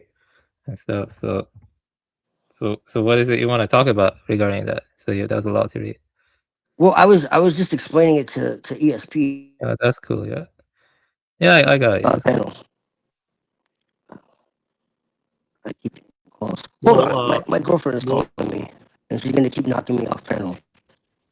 oh, it's okay. I get you. So, did you guys see this weirdness video? Let me show you this. Hold on. So while we're here. Yeah. Okay. Oh, let me show you. Yeah.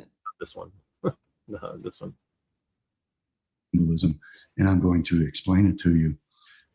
What Trump is portraying is a penguin symbolizing Satan, symbolizing the Leviathan going from the water to the land, from the south to the north. Satan is leading Trump, Armilus, Messiah, son of Joseph, of the anus of the Gentile side of the Sitra Achra, the Sitra de Smola, up to the North Pole, up to Greenland and the Arctic.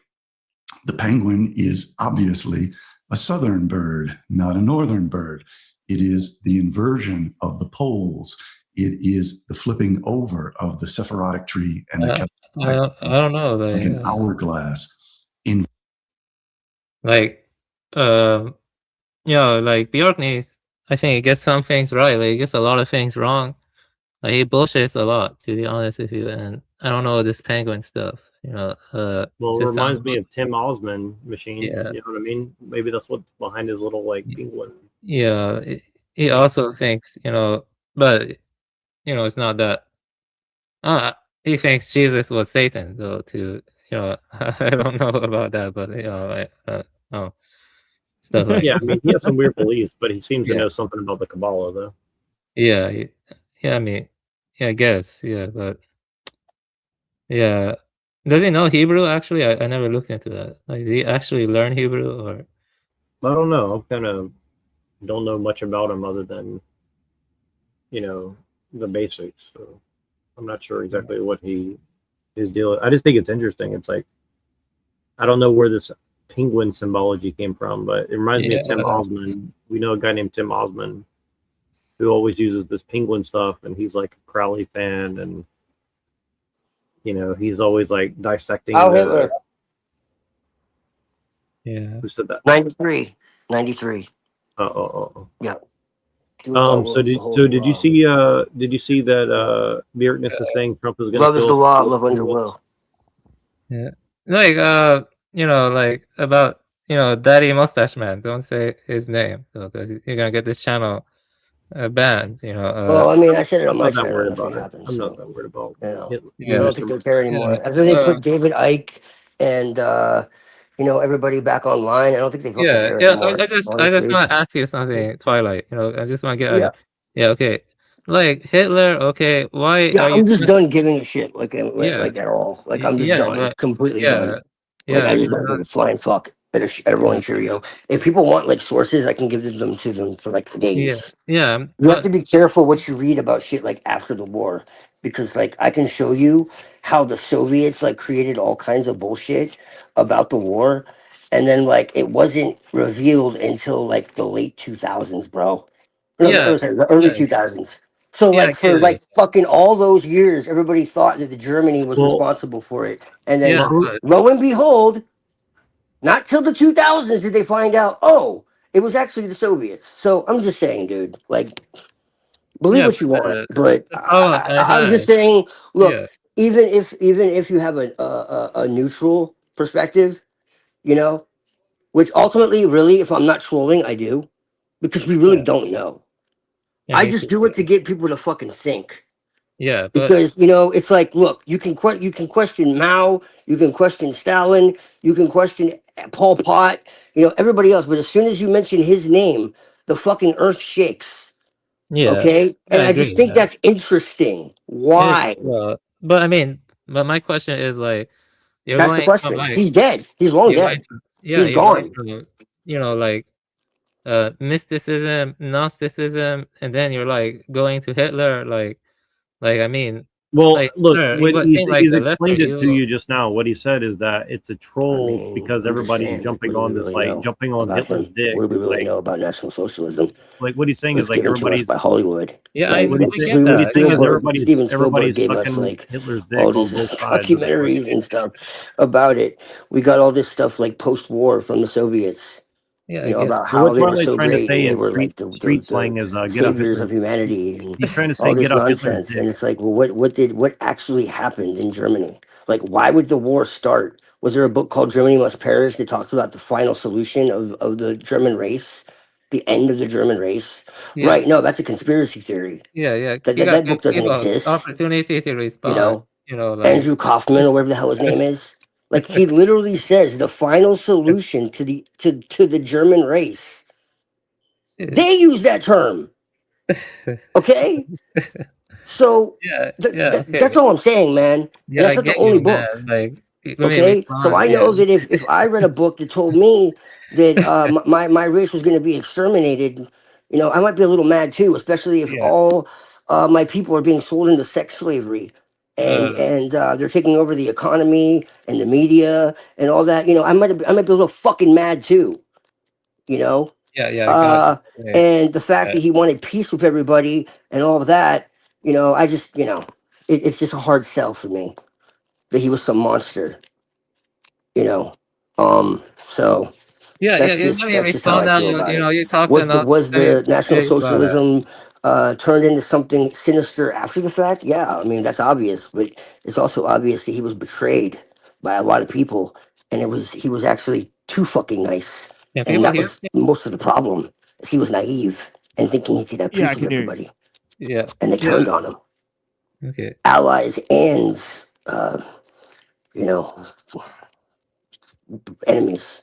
He tried to make Yeah, allies out of his enemies. okay. That was the problem. Yeah, but you see, the thing is So, that I really don't give a fuck what anybody yeah, has to okay, say about you it. don't give a fuck. Because Okay. whatever sources they have, I got three more to say the opposite. Okay, good So for it you. really doesn't Okay. matter. You don't And give a Moon fuck. 10 You're just also, here to like, you like guys preach really to want to me. go Okay, I there. We got could you. do a whole About fucking Hitler and stuff. presentation on this shit and show you how much bullshit is What? actually written and prove that it's written by people who No, are my like issue is agents with your of British esoteric intelligence, of Hitler and that. Soviet, You know, of whatever the fuck. I That they don't will get just it. accept it and Like they repeat it and they don't know where it you have comes to from. give opportunity to And it's people to just talk. it's You know what I mean? hogwash. you can't But just keep ultimately, like going. I said, it's not really about that. Can you hear Twilight. me? It's just about the fact that you're not allowed Yeah, to man, shut question it up. at all. Yeah, let me talk. Shut up. You get beaten to Yeah, I don't death. know if he can In hear some you. countries, you questioning it, you end up in a fucking hospital. You end up Yeah. thrown in prison. I Why? don't know. This, Why is can it you such hear a me, big deal? Nerojan? He's long Yeah, gone. but let's just It's try to over keep it with. respectful if we're gonna. If there's Yeah. nothing to look at, then why is it such a big deal? I want to actually hear both. I actually do That's what want I'm to hear saying. both sides of this. And I I'm don't know if not you can hear it the most. anti-Semitic whatsoever. You know, and that's I, why well, I feel like I have a right to fucking say this shit.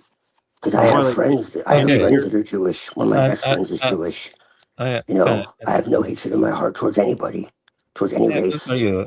So You you don't know, you didn't get my question. You and just keep talking around you what I know, asked. it's just Let me bullshit. talk I now. don't think he can hear you, buddy. It's fucking No, I think bullshit, you and I can don't hear really me. This care. is what he And just. people are too afraid to say what they fucking mean and mean what they This say. is And just the that's kind what of I'm doing. personality he has. You know what I Hail mean? Satan. You see, you can hear me, so I can. Can you hear me, Twilight? Or We no? live in the world he said we would live. He can't Okay, hear you. good for you. My issue is with We're you there. fucking giving an esoteric dimension. You know what I mean? He was just a man. He was dealing with political realities. You know, he could have been the lesser evil compared to Churchill, compared to Roosevelt, compared to Stalin. Definitely, I do think he was the lesser evil, but he was not a fucking We're saint. fucking You see there. what I mean? That's my issue. Why are you jumping from Gnosticism to Jesus to Hitler, and then you're like imbuing Hitler with this sacred majesty? I find it very suspicious, you know, because, you know, esoteric Hitlerism is the weird thing, and you're mixing it with Gnosticism. You see what I'm saying? Like, and you keep mentioning Hitler every time. Like, you know, he could have been, you know, the one who was in the closest to the right, but that doesn't mean he was like a Okay, here fucking again. saint, Wonderful. or he was like a Twilight, fucking. can you hear him or not? I don't know if we can hear each other or not. So No, you can hear me. You know, this is just his kind of game. You know what I mean? You know, he can hear yeah, me. but just chill, Avi. I mean, let's. Oh, he's Yeah, back. Yeah, I don't think he understand. can. Yeah, here you go. He's back now. Okay, so I don't think he can hear you. So just keep it respectful, Avian. Like, let's try to actually flesh out the issues. Let's not make it like a personality thing. I mean, that's just my favor. I'm asking. Like, let's just try to keep it. Yeah. Just let him say what he had to say, because I don't think he heard what he had to say. So you're just responding to what he said without him hearing him. Yeah, it's weird. Can you hear me? I couldn't hear anything. Yeah, go ahead, Avian. Yeah, just say it again, dude. Sorry, I was kind of okay. Yeah, okay, I'll be respectful. Okay, so yeah, I agree. Hitler was the lesser evil compared to Roosevelt, compared to Stalin, compared to Churchill. You know, and it seemed like, you know, but I think my issue is more with the, you know, giving him a sacred quality. You know, he was just a politician. No. I'm not giving him a secret quality. Yeah, I'm simply saying, look at what he said and look where we are. yeah. It's that simple. Yeah, I got And you. just entertain the possibility I that the have, people themselves, it's not about him, it's about what he sparked. Even if he was evil. Even if. I think he's saying like it's like he represents nation states, he represents nationality, he represents tribalism. He represents. That's what I think Twilight's trying to get Look what happened when he was in power in the beginning, even if he was evil. For the sake of argument, let's say he was evil, okay? Let's say he was a Rothschild, okay? Whatever. It doesn't fucking matter. Look at what he did for Germany. Yeah, I'm not. You Look don't what get the my people point. did. The people You were a don't get part my of that. point, though. We can do that again, is what I am saying. Yeah, but you don't get my point, though. I'm not saying that Hitler was a bad man. I'm saying that he was not a religious figure. You know, he's not like Jesus or Buddha. You know, it's just boldly But you're thing. missing the point. It's not about him. Yeah, It's but about what he did. Yeah, but that's I for think he's Germany's saying it's the interest. archetype. I think he's saying it's like the archetype of Yes. like a person. Yes, Jack. Yes, Jack. Yeah, but you don't Y'all get are stuck deeper in this point. idea of it being about him. It's not about him. It's about what he did. Yeah, And what we did as a result of what he did. So let's break it down to archetypes, because we're actually just talking about archetypes. Like Avian wants us to be like a Buddha archetype. You know. You know. Yeah. Also, that's for Germany's interest. I don't personally, you know, I don't want Germany to fail. I don't want Germany to suffer. But I don't. Germany is failing. Yeah, but it's not my responsibility. You know, it's not something that I should be burdened with. You know what I mean? Like, You see what I mean? Well, if Germany fails, Yeah. everyone else is going to fail too. So Wait, you're making Germany the center of the world? no, I'm saying that if someone, it's the same thing with the UK. It's the same thing with Iran. It's the same thing with. He's saying. I think he's trying to say that tribalism is a better hedge against the nonsense than like non-tribalism. I think that's what. Yes, make America great again. For real. America's different. America's problems. Because like I support ICE for this fact of like I believe in tribalism. It's not because like I necessarily believe in like quote unquote America as like a real thing or something. No, fuck that. It's imaginary. So like for me, it's just more of like, well, if we have international communism and there's no borders or anything, like to me, it's like what I don't understand about it is like, Jack, you're so level-headed anymore, bro. Well, what they're saying is like America is magic dirt that if everyone in the world just comes here, suddenly everything's okay, and I just think that's bizarre. It's like, what I'm saying is the issue is that I don't think Europe is the center of the world. Europe has its own destiny. It should be its own thing, but I don't want to be pulled into Europe's narrative or the West's, fucking world history. Well, narrative. obviously, all of Europe has been a proxy war for 2,000 years. I think Asia and Europe are. I think they always have been. Europe has been a proxy war for 2,000 years of the Eurasian, and Middle Eastern. Eurasia is the center of the world. It always has been, whether people want to admit it or not. I don't know. What's the center of the world? You're saying the steppes or like Eurasia. Period. Eurasia.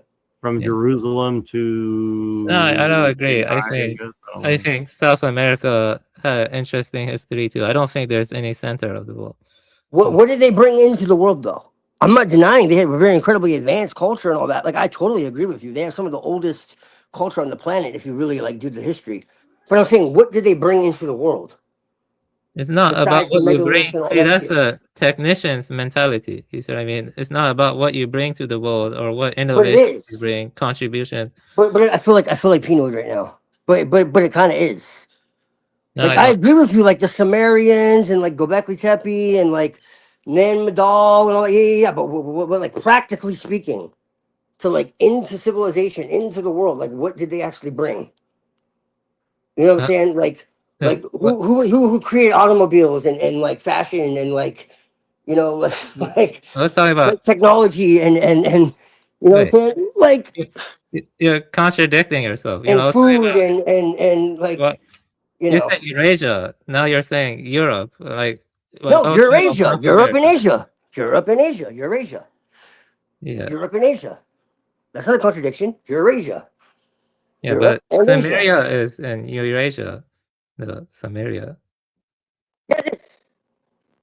Yeah, and you were just saying they didn't really give much contribution. So I'm kind of confused. Like Sumerians' contributions were huge.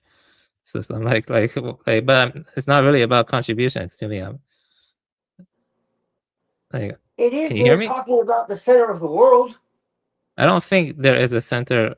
I don't. I'm talking about when it comes to like where we are today, man. I'm not saying there weren't contributions in other ways. That's a separate topic. We can have different rankings for different topics. I'm saying when it comes to where we are right now, what affects us today? Mm-hmm. You know what I'm saying? Yeah, I agree with that. That's what I'm saying. That's what I'm saying. I'm not saying that they didn't have any contributions at any time. No. That's not what I mean. I'm saying today, as it stands, as we are living right now. You know what I'm saying? That's what I'm saying, bro. Yeah, but it's negative. It's ultimately negative, because industrialization was a net negative and stuff. If you can't, it's unsustainable. It leads to biodiversity. No, I mean cutting out. It got fatty as fuck. It became negative. It didn't have to be. No, it has to do with the nature of technique and fossil fuels. Yeah, fossil fuels. But I don't agree. Fossil fuels. Yeah. But again, in balance. No, it's not in balance. It's It's not possible to have an industrial scale network with supply chains and with constantly Yeah, moving but very again, high Avian, but nobody's Real denying that. quick, But also, I think Twilight's audio is like getting fucked up. yeah, Like, he'll have to he'll come back in, hopefully, because I don't think he can hear us, or at least we can't hear you. But Hold on. what, you're back? Okay, say it again now. I think you're back now. Your audio went out for a minute there.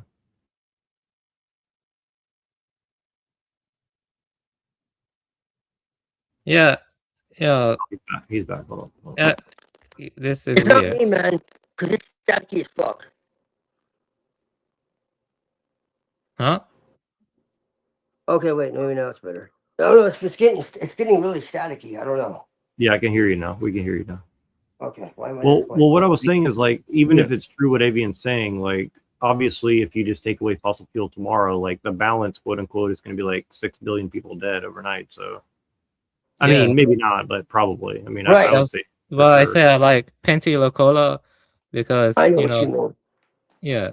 Also, the whole nature of the supply chain and eating foods exported from like South America, where they have to cut out acres of primeval forests to make their Well, plantations. Giorgiani said he's willing to sacrifice 99% of people to get back into balance. Why you keep Hold on. interrupting me? You never interrupt Twilight, but you keep interrupting me. Well, because you've been talking for a while. I just want to get my point across really quickly. So, Giorgiani said that he's willing to sacrifice 99% of people. Would you say that you would agree with Giorgiani to get back to balance with nature? Giorgiani says that. I don't think he says that. Are you sure? Yeah, where? He's always saying edgy, crazy things. Machine heard it with me. We watched it together. Yeah, well, he's a Satanist kind of guy, and he's kind of transgressive, and he's a Zionist and stuff like that. Yeah, but what I'm asking you is, would you sacrifice 99% of people tomorrow to get back into balance with nature? Well, you see, let me think. You see, my highest, you see, I just want to know the truth. Like, I want to analyze it and look at the truth and stuff, like the causes and conditions that led to the mess that we're in right now. And so I don't think I would. I don't know, like it's a difficult decision and stuff. Like like.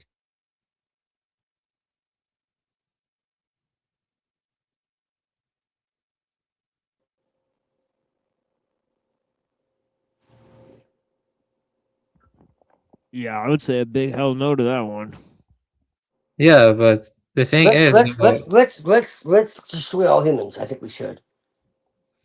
We can come back as animals. I think that's a good idea. Actually, I don't think it will kill 99% of people.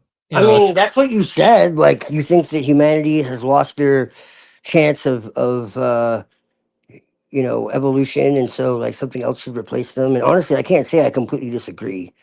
I mean, I don't know. That was my view in the past, but now I would say that they should neither be destroyed nor not destroyed. Yeah, and then you told me that like the transhumanists and all that definitely like wouldn't believe that, and it's like they absolutely do. Like that's exactly what they want. No, they want to they want to save nature. They claim, but they really don't. They don't. They want to like eliminate people and like just have like robots and shit, and like a few other people to like worship them and serve them. And that's kind of it. They think humanity is like a virus essentially, and they should be wiped away. And it's like anti-cosmic essentially. No, I keep saying this. Read Penti Locola. Okay. Yeah. I know. I've looked into it. Yeah. I mean, I understand what you're saying. Believe it or not, Buddha, I really do. I've been there before, where it's like, why don't we just like reset this shit? There's a song called by Tool, called Anima. It talks about this. Yeah. Well, mother's gonna come and wash it all away. Mama's gonna fix it all soon. Mama's gonna come and bring it back to the way it ought to been. I don't know if you know that song. Yeah, well, I Some wanted to say people this. coming down from the sky, followed by meteors, showers, and tidal waves, followed by fault lines that cannot stand still, followed by millions of Yeah, but dumbfounded ultimately, bitches. you know, I'm a No, but I get it, man. yeah, but no, I've changed my views. I'm a Buddhist. I follow the precepts. Well, I I mean, follow that's what I the was trying to sacred. figure out how you could believe that if you're a Buddhist. But I You mean, know, what it sounds let me very tell you satanic to me. my solution to the trolley problem is not to get involved. That's my solution to the trolley problem. You know, non-interference. You know, Well, I mean, it will solve I itself. You know what I mean? It will solve well, see, itself. that's what I'm saying, man. Is like you got to give people a chance. I mean, I know that we've fucked up pretty bad. You know, I No, definitely no, agree with you it's not there. about giving people a chance, but it's also not about judging people too harshly. The thing is, mankind has Well, that's failed what I and will mean. consume itself. That's what I So mean we by giving them a have to chance, worry not about that. judging them. Like it's not really our place. I do understand what you mean, though, more than you think. Believe it or not. But it's just to me, you know, this is why I can't vibe with Hyperborean is because the rejection of nature to me is just absurd. Yeah. Like, Uh, you know, yeah, but and very Talmudic, really. If you like, I don't really care what anyone has to say about that. Like, I could show in their own doctrines. You know, he's saying it's not there, but I can prove it is. well, You you know, know, they let me say this though. In Mahayana Buddhism, there are some teachings, or at least in Chan, you know, all sentient beings have Buddha nature. The what they're aiming for is the end of rebirth. You know, the end of the Do you turning know who of the Naja wheel. Runa is? Yeah, I've talked about Nagarjuna. I really like him. Yeah, Yeah, He's Nagarjuna. very Yeah, much aligned, very yeah, much that's his aligned with my favorite. Yeah, own. yeah, been Oh, it talking a lot is? about. yeah, Yeah. that's his favorite. Yeah, Nagarjuna. Yeah, If yeah, that's your Buddha's favorite. favorite, then we're more aligned than you think, man. Well, I'm not sure Nagarjuna can be easily comprehended with the hypostatizing and reifying mind. You know, a lot of people misinterpret Nagarjuna. It's not Right, he's easy. hardcore. Yeah, Yeah, I mean, I don't know, man. Like sunyata, yeah, emptiness, yeah, Sanyata. right? Yeah. Nothing exists, right? So Uh, that, it can never be frozen, owned, or made authoritative, that's right? not what So he it's not. says. He doesn't say nothing exists. He says things lack intrinsic nature. No, And no, no, no, between no, no, no, no, annihilationism and internalism, you know, he's not no, saying no, no, no, nothing no, exists. no, no, no, no. I know that. I don't believe in nothing either. I'm Yeah. saying nothing exists in a way that can be frozen, owned, or made authoritative. So in other words, it's not a belief, it's not a metaphysics, it's not an ontology. It's a method of dissolving reification. So it's against, in my perception, it would be against demiurgic patterning, fixed meaning, rigid identities, ontological certainty, hierarchical truth claims. So like it's the idea that anything has an independent self-existing core, basically. Yeah, Like that's demiurgic systems require what's known as essentialism. Okay. Control systems requires for things to be what they are. Authority requires fixed definition. Law requires stable identities. From what I understand, he annihilates all of that at the roots. So that's the thing, you know, and the whole idea of the two truths. Okay, so you have like conventional truth was like interbase reality, and then ultimate truth, which has no fixed reference. So it's like uh it's a complete non-attachment. So it's like it can't be turned into dogma. It cannot be grounded to authority. It can't justify hierarchy. It can't be used, you know, over time for any kind of manipulation. You know, there's no superiority or blame. It's not sentimental. You basically remove like false certainty and solidity, and that's exactly what my tradition is about. It's not about learning something new. It's about destroying what is keeping you from seeing what's already there. You know, so it was like it's when you're seeing something that's provisional as an interface or as a system or you know what Georgian calls spectral, you know, as an ultimate truth instead of just seeing it as a toolkit, you know. So it's not about denying reality, but keeping it from being weaponized into false attachments or authority, identity, control, whatever the fuck. So that's really like your favorite, then we're much more aligned than I realized. Yeah, I mean, Nagarjuna and Yogacara, they influenced the Lankavatara Sutra also. I read Siddharth's translation of Nagarjuna and Mike Cross. But the thing is though, it may influence your tradition, but Nagarjuna was still a Buddha. 100%. He accepted, the rebirth and eightfold path and Four Noble Truths in conventional manner. But you're right, the ultimate, the conventional versus the ultimate is beyond description. When this is a translation from Mike Cross, I did send it to you. When whatever one grasps with, whatever grasping is, the one who grasps and what is grasped, all are melted away or emptied out. Then grasping goes unfathomed. So it's simply about, how the reification and the hypostatization. And, like Nagarjuna talks about how we appropriate thought streams and then we use that for self-identification. But the appropriation is empty, I mean, it lacks intrinsic nature. It's empty of underlying essence. But the thing is, this is only conceptual understanding, actual meditation or koan practice or whatever that's, like zazen or something is different. So but it's like, skillful means to ending the conceptual proliferation, to ending the grasping mind and stuff. Yeah. So yeah. Anyway. So yeah, I would say that emptiness defines all phenomenon. Lacking intrinsic nature. That's between annihilationism and internalism.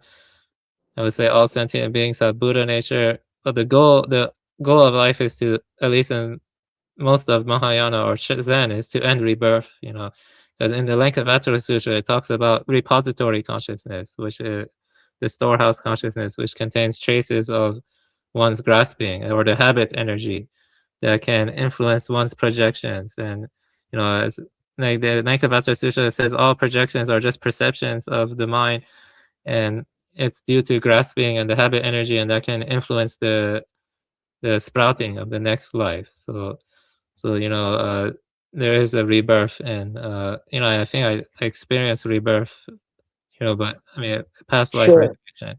But yeah, it's about ending rebirth, and stuff, because ultimately, while all sentient beings have Buddha nature, life is defined by dukkha when we try to cling or grasp onto phenomenon and stuff. I actually did a short little chapter in my book about like the different traditions that I feel are aligned with my own tradition, and it directly comes up. So it's funny that I never knew this. I don't remember you ever mentioning him before, which either I just didn't hear you or I don't know. I guess you didn't mention it to me particularly, but It's on my Goodreads. I gave you my Goodreads. You could go see all the right. books I read. Yeah, I didn't look videos there. into. I read some of it, but I didn't get into all of it. Yeah, it's on my Goodreads. But yeah, so that's just very, very interesting to me. But I said Telestic Gnosis is best understood not as a spiritual tradition, belief system, or esoteric worldview, but as a mode of perceptual correction. It concerns itself with how perception becomes distorted, fixed, or externally governed, and how that distortion can be undone through embodied, repeatable, and reversible methods. From this standpoint, traditions are not judged by their cosmologies, mythologies, or moral claims, but how effectively they function as anti-fixation technologies, systems that loosen reified identity, dissolve false certainty, and return the practitioner to grounded agency, better than permanent transcendence or dependence. When evaluated through this lens, most religions and spiritual systems fail. They substitute one form of authority for another, replace external gods with internalized metaphysics, or generate altered states that cannot be integrated back into daily life. Only a small number of traditions remain consistently aligned with holistic gnosis, and they do so not because of what they claim to be true, but because of how they operate in practice. Okay. And yeah, this is This is where I mentioned it. Nagarjuna does not posit an ultimate reality, hidden essence, divine ground, or transcendent self. Instead, it targets a single processual error, the assumption that things possess. I'm gonna fucking pronounce this wrong. Swabhava, an inherent self-existing nature. Nagarjuna demonstrates through systematic reasoning that any claim to inherent existence collapses under examination. Importantly, this deconstruction applies equally to material objects, mental states, doctrines, and even the concept of emptiness itself. From a scholastic perspective, this is not philosophy for its own sake. It is a precision tool. By removing the possibility of final metaphysical anchoring, Madhyamaka prevents perception from crystallizing into belief. It leaves the practitioner fully capable of functioning in conventional reality, speaking, working, caring, deciding, while remaining unbound by the illusion that any of these conventions possess ultimate authority. The method is self-erasing. Once fixation dissolves, the tool is no longer needed. This makes Madhyamaka uniquely resistant to priesthood dogma and identity formation, and therefore deeply compatible with Telestic Gnosis. A closely aligned but more embodied counterpart is found in early Chan, Zen, before its later institutional and aesthetic elaborations. Early Chan rejected scripture, metaphysics, and systematic doctrine in favor of direct engagement with ordinary activity. Its insistence on chopping wood, carrying water, and responding spontaneously to circumstances was not anti-intellectual romanticism, but a practical refusal to allow insight to solidify into concept. Awakening in this framework was not a permanent state, but a functional responsiveness unmediated by fixation. What makes early Chan telestically aligned is its emphasis on immediacy without trance. There is no requirement for revisions, altered states, or symbolic elaboration. The body remains central, language is used minimally, and insight is constantly tested against action. When later Zen traditions began to romanticize enlightenment or reify no mind as an achievement, they drifted away from scholastic grounding. But at its root, Chan functioned as a daily life discipline for preventing perception from being captured by its own abstractions. Another tradition was strong scholastic alignment, though often misunderstood, is Dzogchen. Specifically, in its most austere formulations, Dzogchen is frequently portrayed as a system of luminous awareness, primordial purity, or innate enlightenment. But stripped of metaphysical ornamentation, its core practice is remarkably pragmatic. It involves recognizing when attention contracts around effort, identity, or goal, and releasing that contraction without replacing it with a new object of fixation. At best, Dzogchen is not about maintaining a special state of awareness, but about repeatedly interrupting the reflex to solidify experience. The instruction to leave it as it is not mystical passivity, but a refusal to interface with perception through conceptual manipulation. When practiced correctly, it produces clarity without disassociation and presence without inflation. When practiced incorrectly, it becomes a justification for bypassing embodiment or responsibility. The telestic distinction lies in whether the practice includes an explicit return to baseline functioning rather than lingering in an elevated perceptual mode. Outside of Buddhism, certain pre-institutional Taoist practices also align strongly with Telestic Gnosis, particularly those focused on Wu Wei as non-interference rather than moral ideal. Early Taoism treated reality as a dynamic process that could be improved through imposed order. Well, I have some issues with what you're saying. First off, I mean, it's fine what you're doing. It's your own system. You can do what you want. But what you're doing is you're appropriating, other traditions in a way that is somewhat disingenuous. Like Zen, they do have sutras, they do have a tradition. Same with Dzogchen. Taoism is a bit more difficult because I haven't studied Taoism. Taoism a lot. Taoism is everything. It's astrology. It's magic. It's man. like I know that. I've read Tao Te Ching. I read Shang Tzu. But I'm saying the actual traditions. There are many different schools of Taoism. Yes. They do internal alchemy and other Yes, stuff. Jing, yeah. Yeah, but Nigong, anyway, sorry. but the point is that Dzogchen, I have a friend into it. He says it's important to have a guru or a teacher, and I know. work with them and stuff. But I'm not really into Dzogchen. But I was more into the Soto school and the Rensai school, and they have like sutras, they have practices, and they have a lineage of patriarchs, stuff like that. Yeah, well, I don't have access to that, man, or I would if I had access to it. Yeah, I mean, you can Google Soto's or Rensai Zen schools near me, and I'm pretty sure you can find maybe one or something. Like, have you tried that? Like within your Yeah, but how like authentic are they you have in to look America, into man? the teacher and the lineage. Like mine was authentic in the sense that the teacher who gave them Dharma transmission, he did come from authentic school in Japan and stuff. You know, Yeah, I you would gotta look need into the somebody who teacher. was authentically from Asia. Like, I'm not gonna No, trust no, some the Westerner kid. transmission. You see, you know, you get Dharma transmission. You know, like their students practice under them, and then they get Dharma mind to mind transmission, and then they can like teach it in the lineage. You know, because the lineage move on. Like there have been like you know, Westerners who have gotten Dharma transmission from teachers from the East. You see what I'm saying? Yeah, there have been a Yeah, few, but yeah. most of them are still kind of like put it in their own way. I mean, I read source text though, and I read books from actual masters and shit. So I mean, I do the best I can, with what I have. But I hear you. I do agree. There is like a certain uh what's the word I'm looking for? Almost power in having an actual lineage, an actual teacher. I do understand that. Um, there's a relationship there where like even having a teacher itself is a part of the practice. I get what you mean. I do. Even Yeah, though I've always been anti-initiation, when it comes to that, like it's a little different than like an occult, like mystery school or something. you're anti-initiation. Can you clarify what that you mean by that? I Well, think I mean, like magically speaking. Like I've been offered to go like into like Freemasonry or like different occult orders and all that, and I refuse. I just refuse.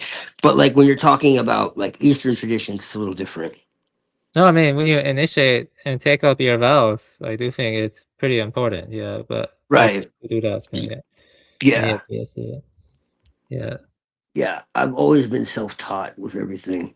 But I mean, if I had the opportunity, like I studied Tai Chi when I was younger because there was an actual master. Oh wow. Yeah, yeah. So that's the one thing that I did experience that was authentic, and I loved that. So I mean, I was young, but so I do know that it can be a profound experience. Um, but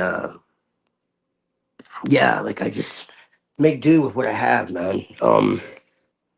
I would love to go to Asia, honestly, and like actually do it like that, if possible, like ideally. But I mean, I just you know use what works. It's just a matter of self mastery at the end of the day for me. Yeah, I mean I respect what you do, but ultimately I'm against excessive secretism. So I personally, hear you. I hear you. yeah, Well, yeah. it's just that Eastern and Western traditions like work very well together. If Mm.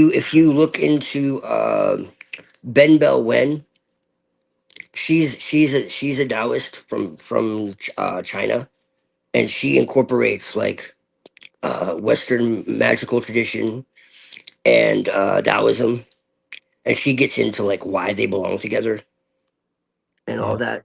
And yeah, she's absolutely fucking brilliant. She gets into Yeah. like tarot and like Crowley and like all that, but she also knows like Taoism like inside and out. She's written a few books as well. She wrote I Ching, the Oracle. It's like 900 pages, or the I Ching, Yeah, I and she's see. wrote books on like food, talismans and stuff. Yeah, she's brilliant. Yeah, You should but check her out, honestly. Like Ben Bell Wen. Yeah, and she gets into this, and she actually teaches as well. I actually thought about becoming a student of hers. It's just electronic, but I mean, technically, I didn't have the money before, but actually now that you mention this, now that I think about it, because she really knows her stuff, and like her she like gives people a book, and like you're supposed to like fill it out, and that's like part of the teaching, and it's like it's intense work. She's like, look, if you're gonna learn, like you need to learn. She brings together like all all these different diverse, uh, traditions, and she gets crap for it. But I agree with her that Eastern and Western traditions shouldn't be divided. I personally, Yeah. because they work so Okay. well together. That's why, and that's kind of what Crowley did, and Yeah. Blavatsky did, and that's why people hate them. But Yeah, I hate them too. Yeah. I know, Yeah. and that's okay, and that's okay. But Yeah. Well, you see, I don't like the Western magical traditions. I It's know. globalist, and I don't like how. I think they are just as much to blame as the Edomites. Really, like, yeah. Well, the Edomites hijacked it. No, I don't know. It's a kind of symbiosis, I think. Well, it is now, yes, because the hijacking became a cooperation, most definitely. Once the 1800s rolled around, like yeah, it was a cooperation, but in the beginning it wasn't. I think every group, civilizational sphere should stay in its own and stuff, and be respectful of boundaries. Well, they don't understand boundaries. I mean, the demiurge is literally called a boundary crosser. The archons are boundary crossers. Like that's one of their titles.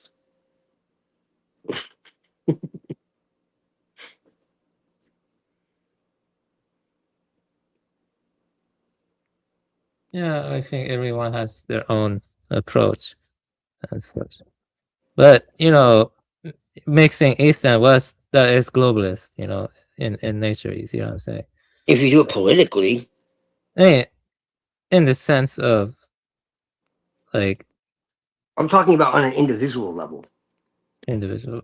Let's see. Yeah, I'm not talking about anybody else. I'm talking about on an individual level. Practically. You're going to see there's going to be a hodgepodge of everything in the future. You're going to have, the Cleverly plan isn't just for you, it's for the whole world. You see what I mean? Like, you get what I'm saying? Like, that's what's happening. That's why I don't like making any country or any group the center of the world anymore, because this is like a global phenomenon now. You see what I mean? Like, it's Yeah. global and it's interconnected and stuff. Yeah, that's nice. Man, it's a weird time to be living in. Ultimately, that's all I can say. It's a weird Oh time. yeah, it is. But yeah, I'm not talking about anything for anybody else. I'm talking about on a personal, individual level. Practically. Yeah, I was curious. How old are you? Just curious. Like, I just want to know. Not in an offensive way. I just want to know. So, like, just want to know. I mean, you don't have to tell me. I could tell you how old I am. It doesn't bother me. I'm just curious. I'm not asking in a rude way. Like, you're not a woman, so it's fine to ask.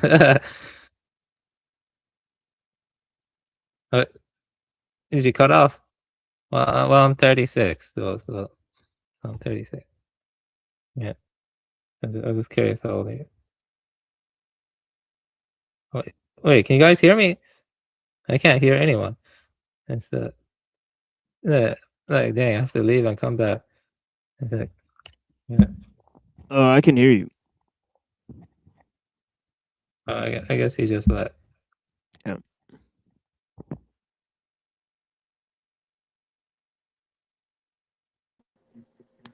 But can you hear me? Can you hear me? Work out your audio issues. It's like or maybe it's the StreamYard. So I guess.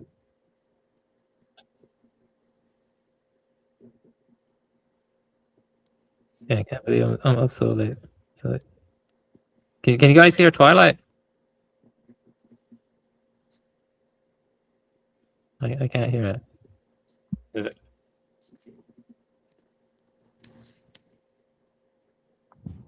Yeah, I can't hear him.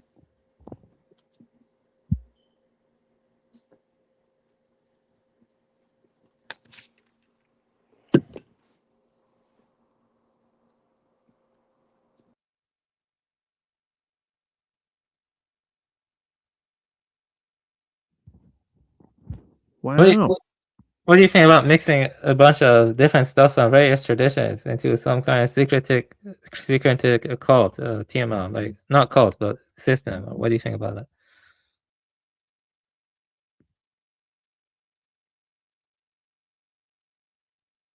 Wait, can you hear me? Yeah, I mean it's interesting.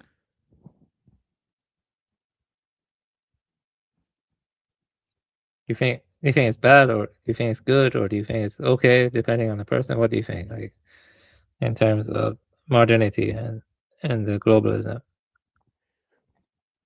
Well, I think there should be a strong connection between culture and religion. Yeah, I think so too. Yeah. So maybe if the ethnos is connected to the religion, on a more basic or primary level, then the cultural expression, right? Not to say that you can't have different countries that are the same, religion. That's happened for a long time, right?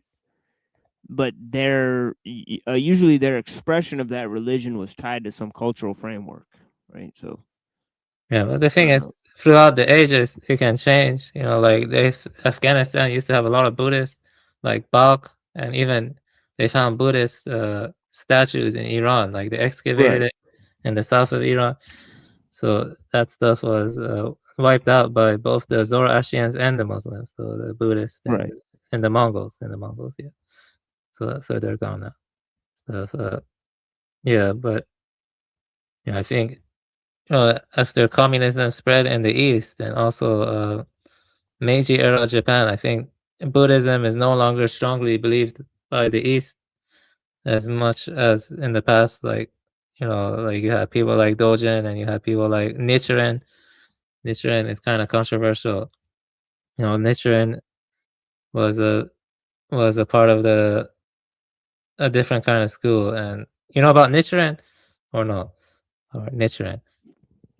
Not much. Yeah. Yeah, he basically was more into the Lotus Sutra, and he created a school called Nam Ryo Ringi Kyo, which is called Devotion to the Mystic Law of the Lotus Sutra, and he believed that the Lotus Sutra contained all the mysteries, and so they treated it with like doctrinal supremacy, and and he's kind of controversial among other Buddhists, because he's very like all about reciting the Lotus Sutra and just waiting for a better rebirth. It's kind of different from like Renzai or Soto Zen. It's the Nichiren Buddhists of Japan, and the Shingon Buddhists who are a little bit different too. So yeah, hey, what's all like? Can you hear me?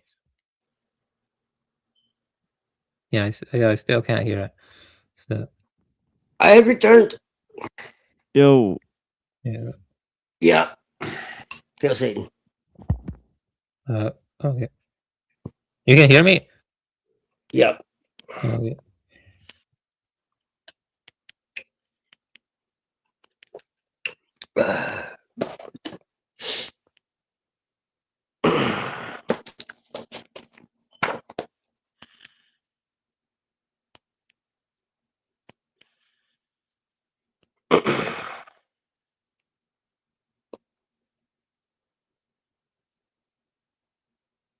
Yeah, you also have like Pure Land Buddhists in China who say Namo Abhidharma Buddha. Those guys are more about being reborn into a Pure Land and stuff. Those guys, they're pretty big in China. You have Nichiren, like I told you, in Japan. But yeah, different schools. And the main schools in China were Tiante and Hoyan, which are like the schools that help develop stuff like ideas like interpenetration or endless net.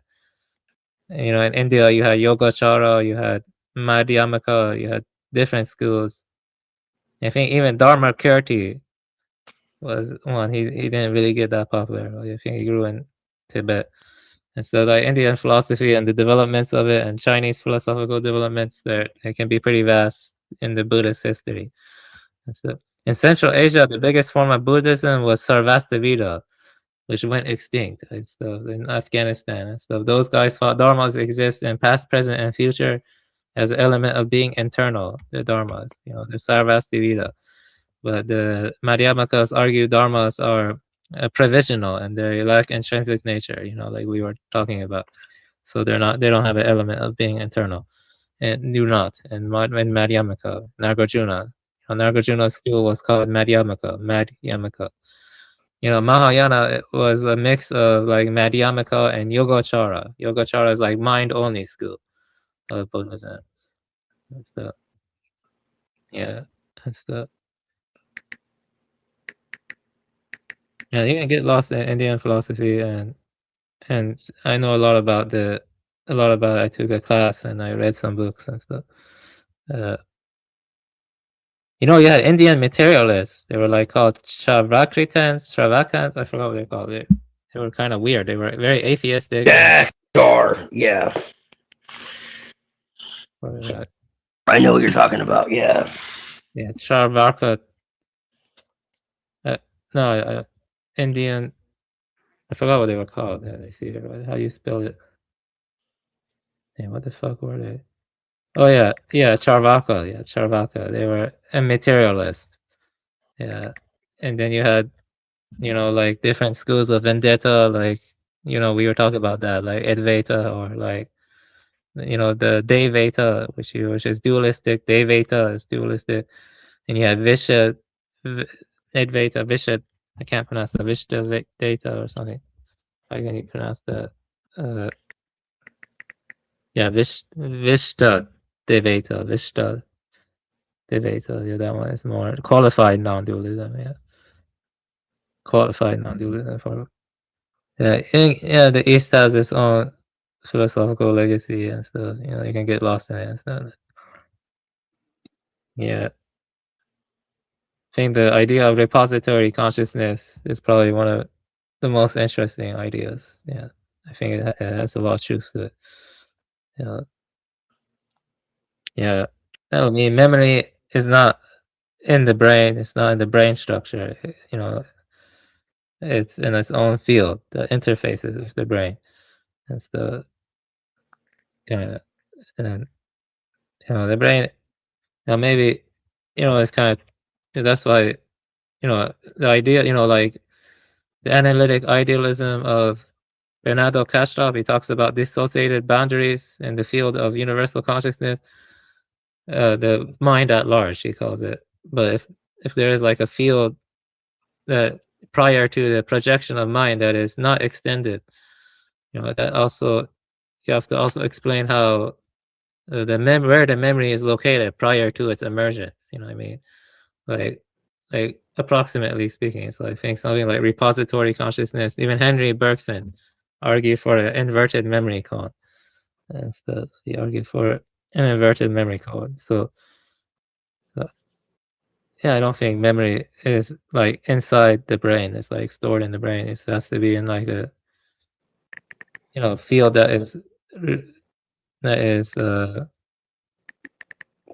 interface with it.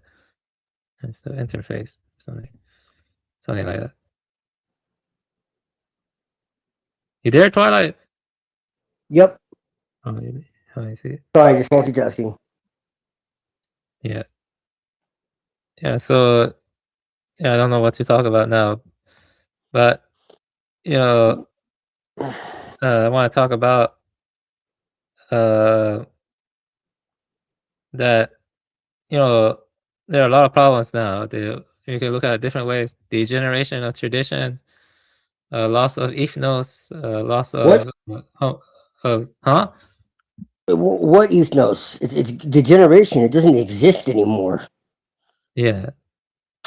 We lost our rites of passage. We lost. I mean, yeah, we lost everything. That's my view.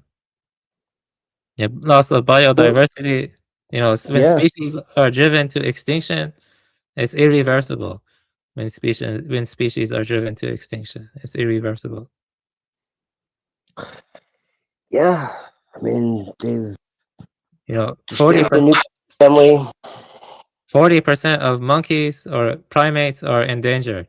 You believe that 40% of primate species they're endangered? Yeah. We've done horrible things to monkeys. Don't even get me started with what the CIA has done. Like, a lot of people don't realize that. There are a lot of really terrible experiments. You know, Who cares? They're just stupid monkeys, like, you know. But that's fucked, man. Yeah, I mean, I did talk about this stuff a lot though before. It gets kind of repetitious. Sorry, but like, I did talk about also the I mean, I don't know. People dolphins. If Yeah. people aren't listening, it's not repetitious because they don't get it yet. Yeah. You know.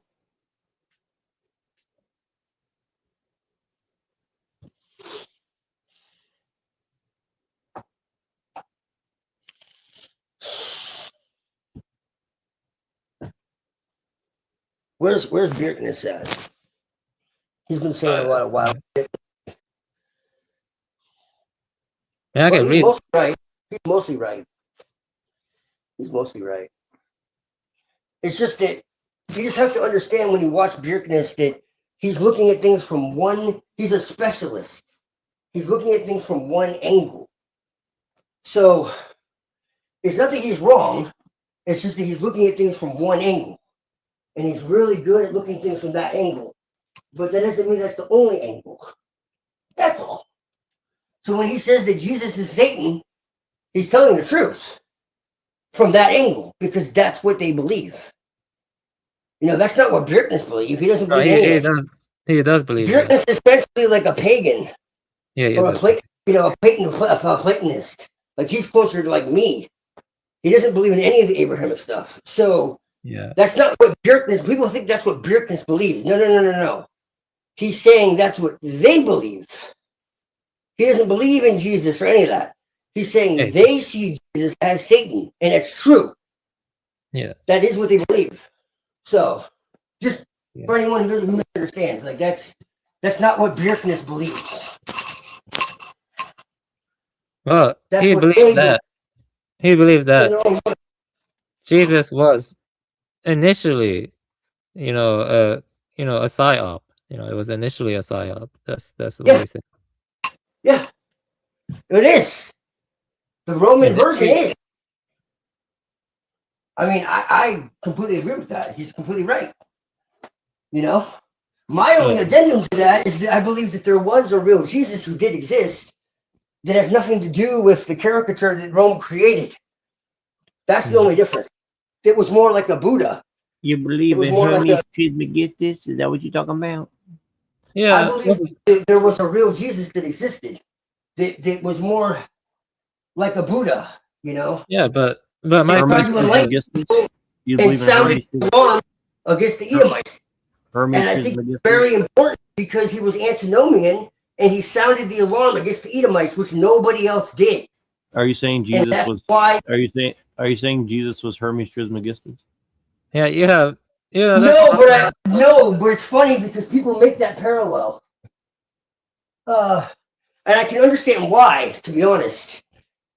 Believe it or not. But why care about Jesus? Like why? Like you have attachment. No, I think this is awesome. I think Jesus is awesome. Wait, I think he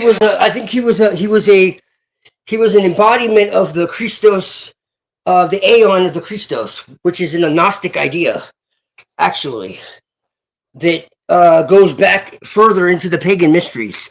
This is what's interesting and what people don't understand. The idea of the Christos is pre-Christian. Yeah, and Jesus actually fulfills. This is what's so interesting to me. When people talk about astrotheology and they're like, "Oh, Jesus is the Son," it's like, okay, yeah, but this is only like one part of it. No, this is important. The reality is that Jesus actually fulfills pagan prophecy more than he does Jewish prophecy, and that is one of the biggest suppressed truths I think in history. Reject. Okay, I have something to say. One cannot have two leaders, and I reject all prophecies. I reject all prophecies. Doesn't matter if it comes from pagans or if it comes from Jews. I reject all prophecies. Like you're saying he's a Buddha. Okay, he's not a Buddha. He's not a Buddha. He's not a part of the tradition. His teachings have substantial differences. I'm not saying that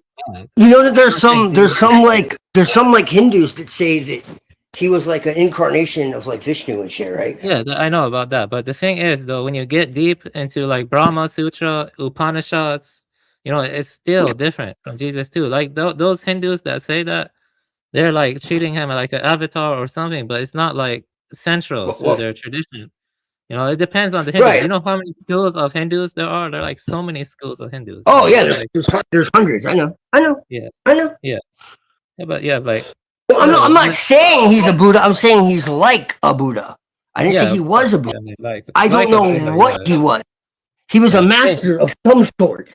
I do think he was important, and I do believe that his messages were twisted and contorted so that people either hate him without reason or love a version of him that didn't exist. So I think there's meant to be this dichotomy without actually understanding what he really represented.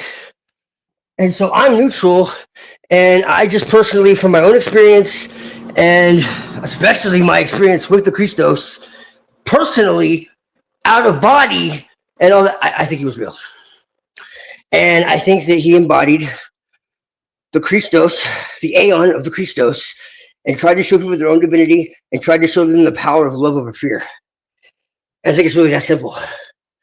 Yeah, and that's what the allegory is about. Like those dying on the cross, and all that. It's talking about the death of the lower self and the overcoming of the world and the world's illusion, and you know, to go beyond that and to go beyond the temptations of the world. And it's very, you know, it's very much about emptying the self, and you know, like there's profound implications.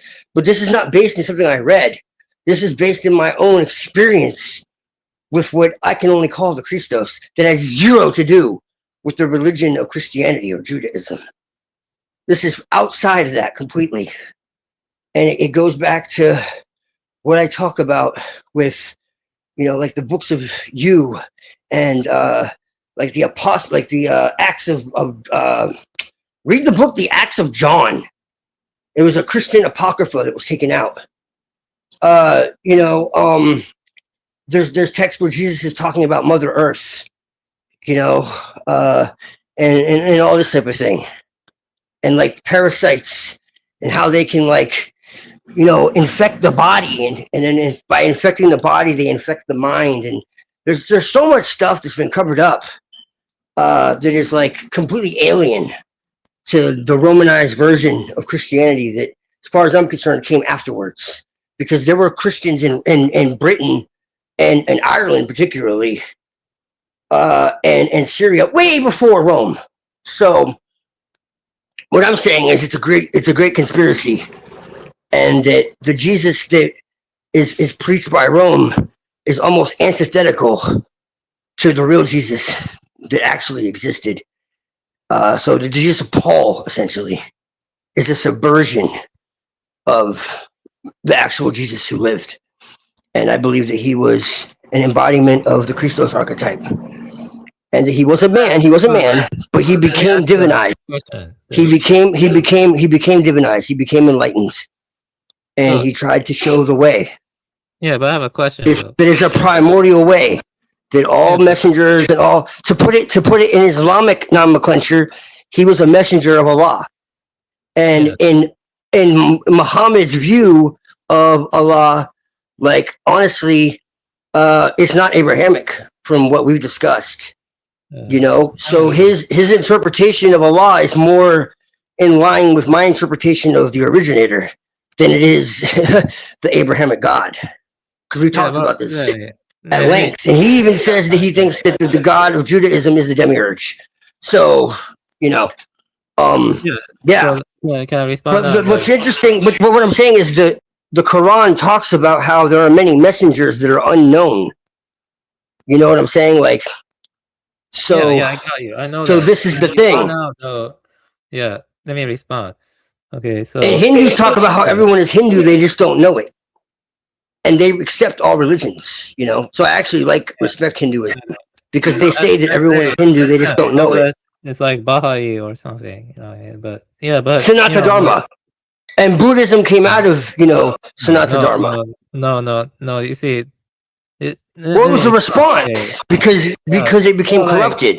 You just why you say you're a Gnostic, but not a Gnostic Christian? Because it sounds like you're a Gnostic Christian. You know what I mean? Like that's because like, I'm a pagan. How can I be a Gnostic Christian? Just because I accept that Christ is a principle of reality, it doesn't mean I'm a Gnostic Christian. Because Christianity is based in Yes. Well, how could I? Well, I can tell you this: no Christian will tell me I'm a Christian. That's for sure. If I work with Lilith and what you're saying sounds like Lucifer and it sounds like Valentinian. Have you read the Valentinians? I reject them. Yeah. But don't they believe in Sophia and like a non-duality and Christ and stuff? No, they don't believe in non-duality. That's why I reject them. Because they believe in a duality. They believe in a struggle between spirit and matter. Yeah, I guess so. I'm not Christian because I don't believe that Jesus is the only way to God. I don't believe that he died for my sins and all of this. I don't believe. I reject all that. I don't believe in the salvationist redeemer, like John M. Lashley's out. Okay, yeah, you're right about the Valentine. But the older traditions, like before being introduced to Christianity, like Vendetta or the Buddhist or the Dharma or whatever, they don't really like care about Jesus. Like he's not a part of the tradition. Like I don't see Jesus in Buddhist literature and stuff like that I read. Right. No, I know. Well, there's some Hindus that accept Muhammad. Yeah, well, yeah, that's true. Yeah. So what I'm saying is, I'm not saying this is a fact. I'm just saying that there's a diversity within everything. Well, yeah, but let me think. Like, what do you think about the Nestorians? So I'm just curious, the Nestorians. Because I've heard about them, but I don't know a whole lot. I'll tell you who I do think is interesting is the Mandeans. Yeah, they reject Christ, though. The Mandeans reject Jesus. They don't reject him. They say that he wasn't the actual teacher, that it was John the Baptist. Yes, that's right. Yes. Yeah. Yeah. They reject him for John the Baptist. Yeah. Yeah. That's right. Yeah. And the Nestorians had heavy presence in ancient China. Nestorians, and they also had heavy presence in Iran. Okay. Yeah, and I think maybe the Goran was. There's a theory that initially it was a Syro-Aramaic Nestorian text that was, later they made some, like Virgins in Heaven translates to grapes on a vine in Aramaic. Did you know that? That makes more thematic sense in that. That does make sense. Yeah. Yeah. Yeah. It's like you can read. It's like Christian Luxembourg. He talks about that, and I haven't looked into it that thoroughly, but well, divine, divine, literally divine. What is divine? It talks about how the divine is holy. So it sounds like wordplay, but it's not. Like there's actually something there. And the grapes were considered holy. The grapes are used to make the wine and all of this. It goes back to Dionysus and yeah. Yeah, I see it. Well,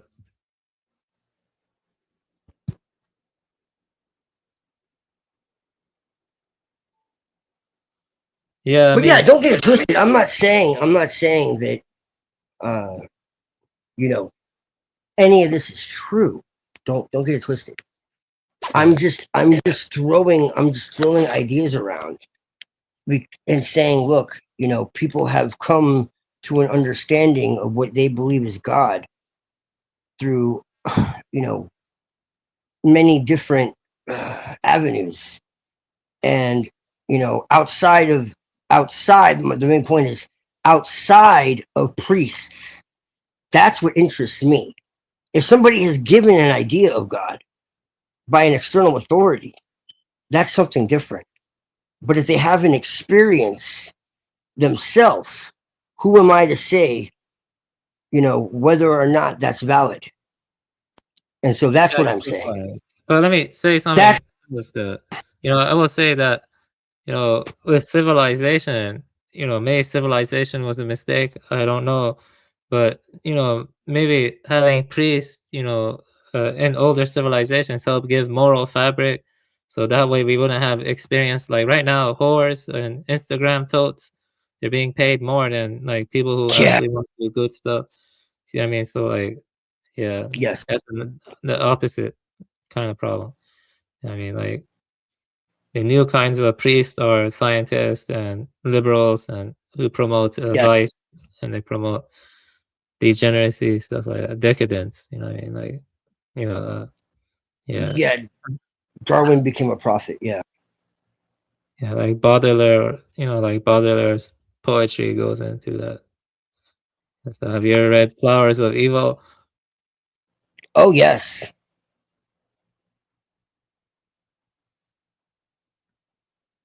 Would you say that's that's close to Lilith? Lilith. Not quite. I mean, well, maybe a darker aspect, I guess. Maybe. I don't know. Maybe she's really pissed. More like her corrupted form, like not her original.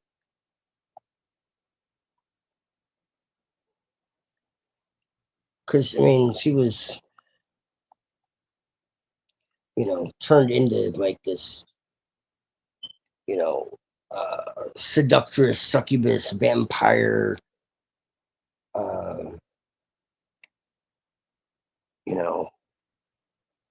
night demon. But that's really not what. Yeah, I have a question for you, Twilight. But yeah, I guess in a way, yeah, I guess in a way, because like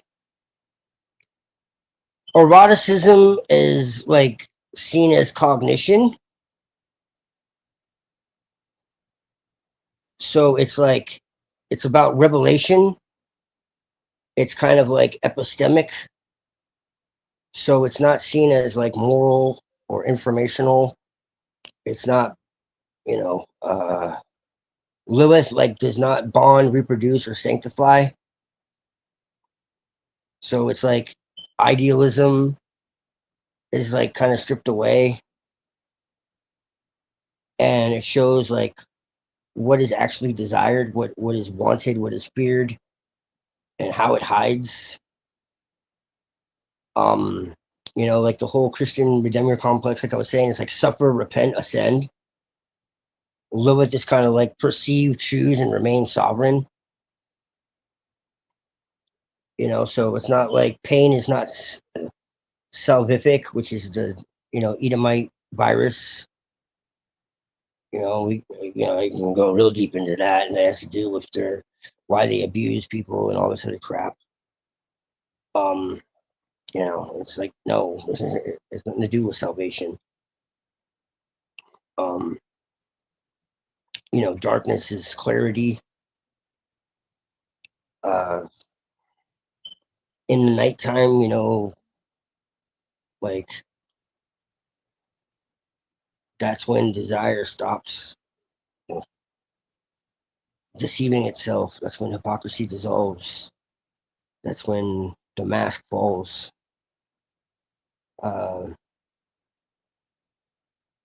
In Baudelaire, like women provoke, they mirror, they expose, they annihilate the ego. So it's very like initiatory. So actually, I take it back. Actually, yes.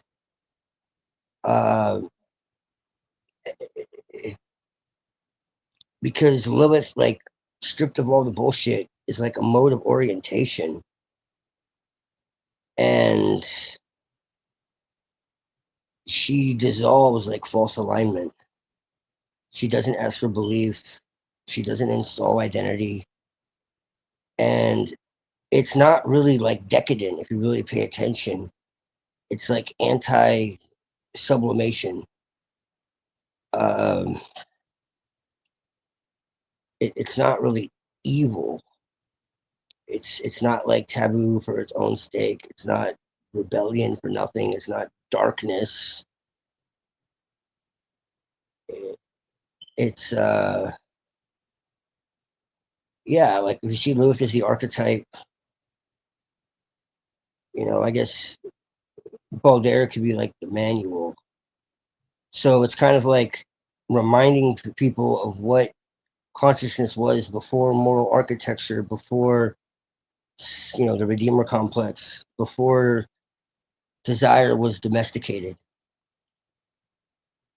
So it's like stop lying about what you see when the lights are off.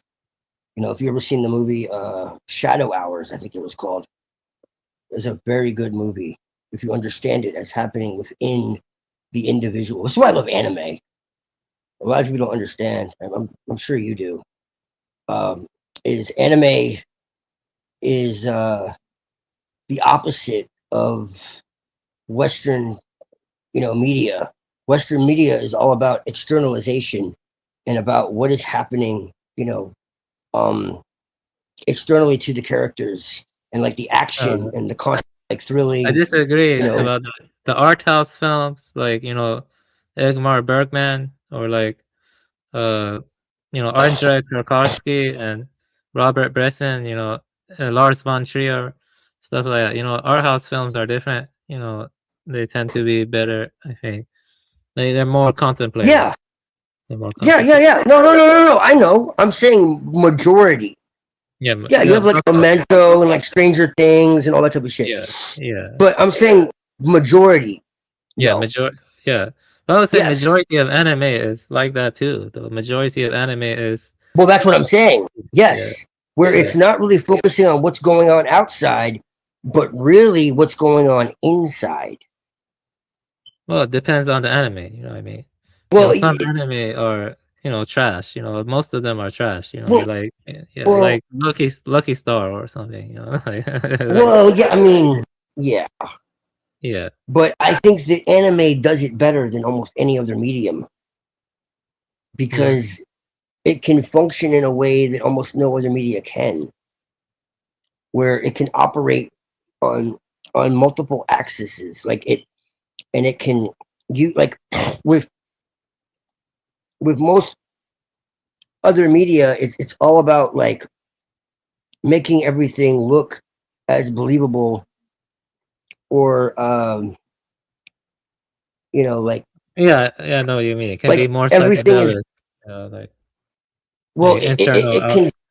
Well, it allows people to be like broken. It allows things to go wrong. It allows, you know, embarrassment. It allows humiliation. It allows like, you know, the inner self to be shown without contradiction or hypocrisy or some kind of like irony or joke, you know. Like I said, like with Western media, it's all about looking your best. Yeah, Few well, exceptions. I would say manga though is a bit better, but I have you know, I would feel like That's even better yet. Yeah, I think you would like Daisuke Igarashi, the guy who made Children of the Sea, Umwelt, and uh, Spirits in the Sky or something. He made a lot of stuff. I shared a little bit of it. It's very shamanistic. It's very shamanistic. What? You said Higurashi, and that immediately got my attention. Not Igarashi. Daisuke Igarashi. Daisuke Igarashi. I'll put his name on the chat. Okay. Yeah. Well, Higurashi is one of my favorite. No, yeah, it's not. I'm not talking about Higurashi. I'm talking about this mangaka artist, Daisuke Igarashi. Daisuke Igarashi. All right, cool. Yeah, I'll definitely check that out. It's very shamanistic. It's very shamanistic. Okay. Very, yeah. I read a lot. He also has females and a kind. He actually does portray goddesses a lot too and stuff in some of his stories. And witches. You know, witches is probably one you would like a lot. Witches It's about, you know, witches being shamans and communing with the spirits of the earth, and you know they have a great wisdom, and they can, like, you know, the kami everywhere, and you know it's very psychedelic too. Right. You know, witches by him is good. Children of the Sea is good. You know, but there are others too. You have to torrent them though. But I think you would like Witches a lot. You can buy it, and Children of the Sea also. Those two, Witches and Children. Yeah, it's very much like Mushishi and stuff. Okay. Yeah. Yeah, I put it there for you. Yeah, you know, yeah, I do like the more. You know, I used to be more drawn to animism. Like, I don't know, a few years ago. I don't know as much as now, but you know, because I do care about the preserving the biodiversity, helping nature. I do think if you care a lot about nature, you should read more about all the environmental issues and stuff like. There's a lot of issues that it's good to be aware of. Oh, I know. Yeah, for that, I recommend Pentti Lukola as an intro to that. Pentti Lukola. Yeah, his book "Can Life Prevail" is very good and stuff. He was a Finnish guy. He was Finnish, and yeah. Let's see. Okay, I found it. Okay, check that out. Mystery, Sin, and Supernatural. Okay, cool.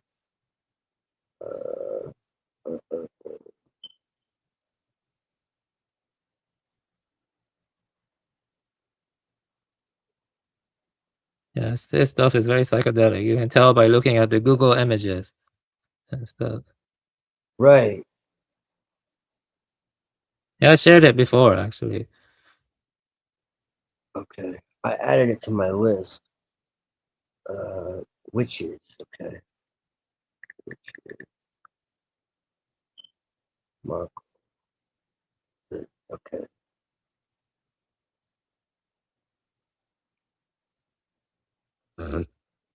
Sweet.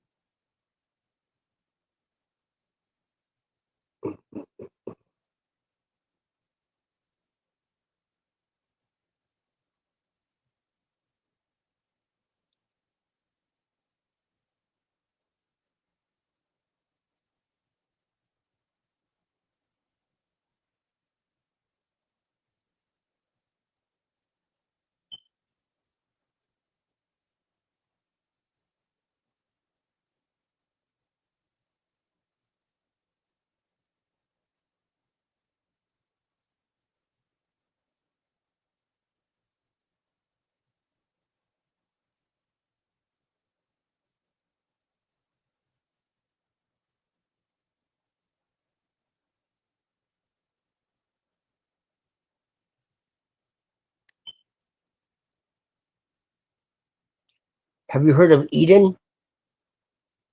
Yeah, isn't that like sci-fi stuff? Yeah, it has an element of sci-fi.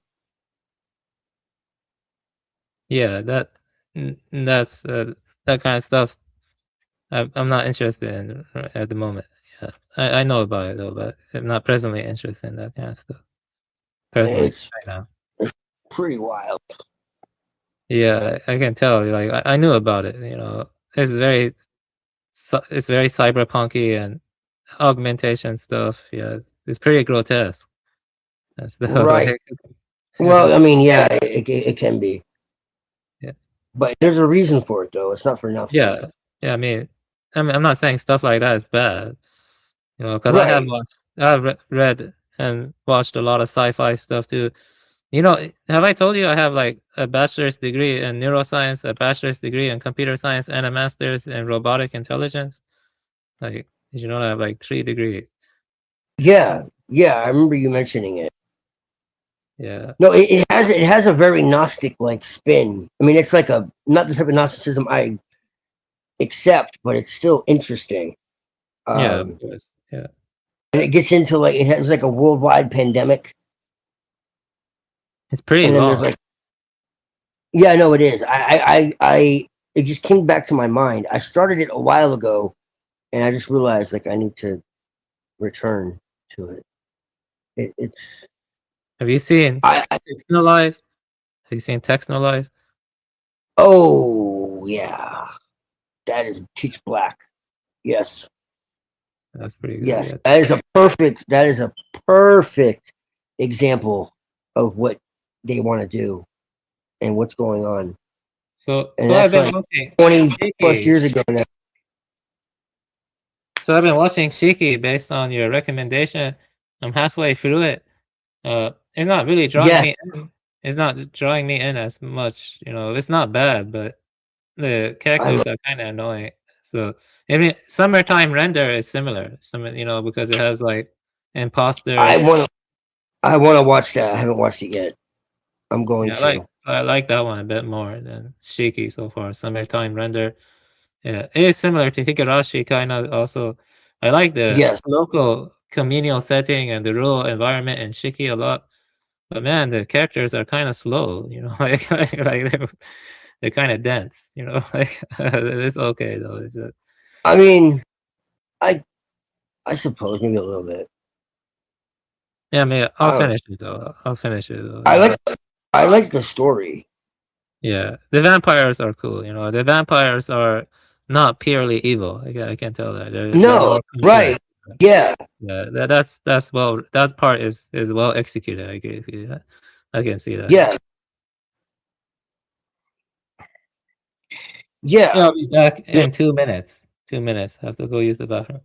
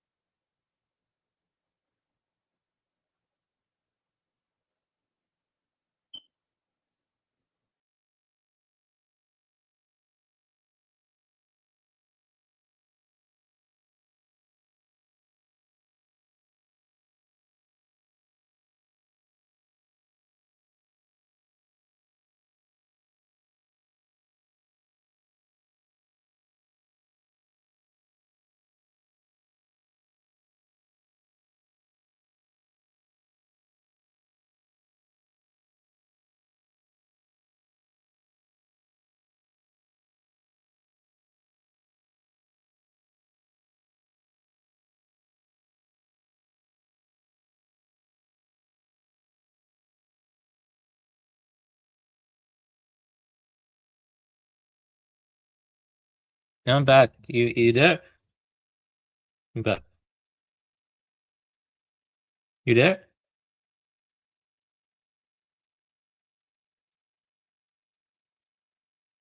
Or you went to sleep? Yeah. You there? Anyone there? I guess I'm the only one here.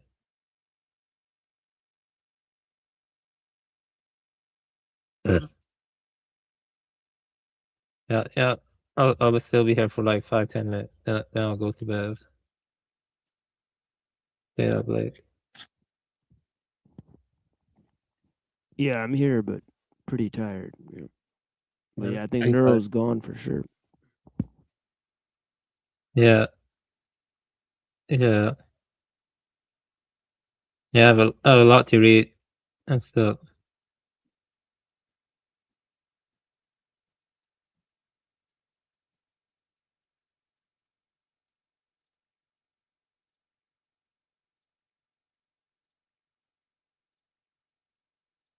Yeah, and like a few months can when I make my channel.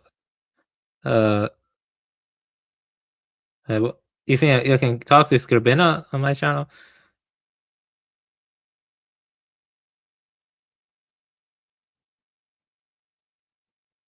Maybe I have to make my channel again. Yeah, at some point we can talk to him, yeah, for sure.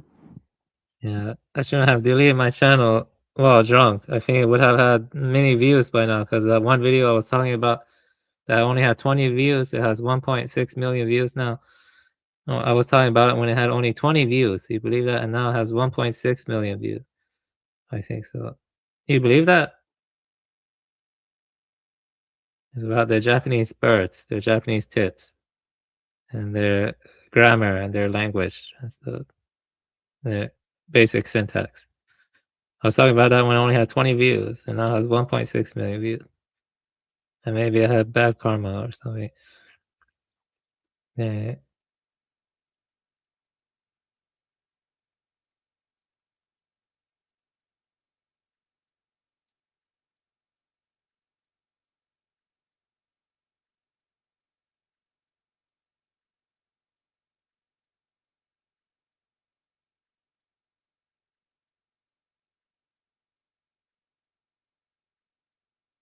Yeah.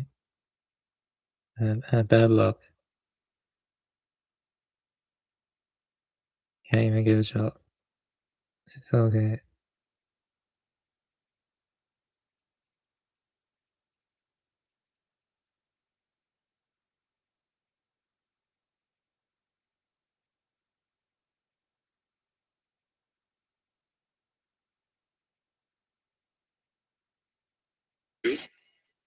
During the war, if they had orders to round up partisans, communist partisans, and they just happened to be largely Jews, they would kill them without batting an eyelash, I would hope so.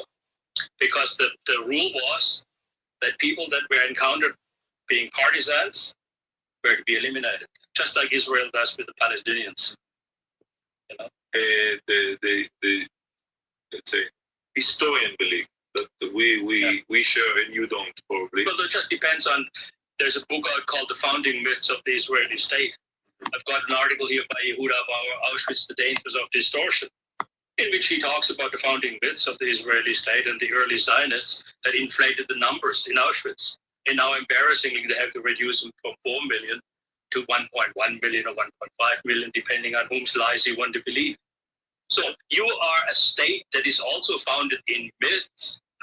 And one of the myths is that you are the persecuted people, you know.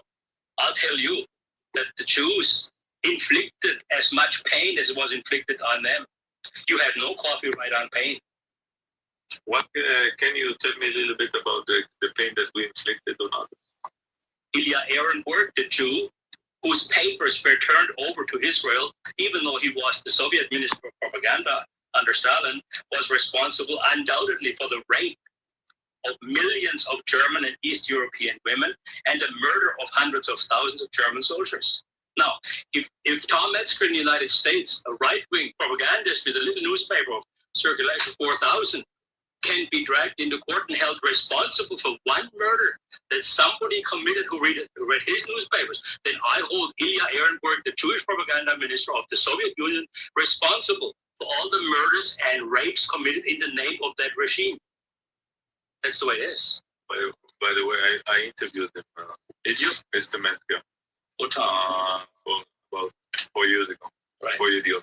So, but you're taking an example of one Jew happened to be a minister in that is being a Jew had anything to do with what the Russian did to the German during the war? Absolutely. Stalin wasn't the Jew, you know. No, but his entire regime, the Bolshevik regime, from the word go, from Trotsky, Bronstein, the Jewish community worldwide has never yet faced the music for this murderous regime that they unleashed on the face of the world. You believe that the regime was a Jewish influenced regime?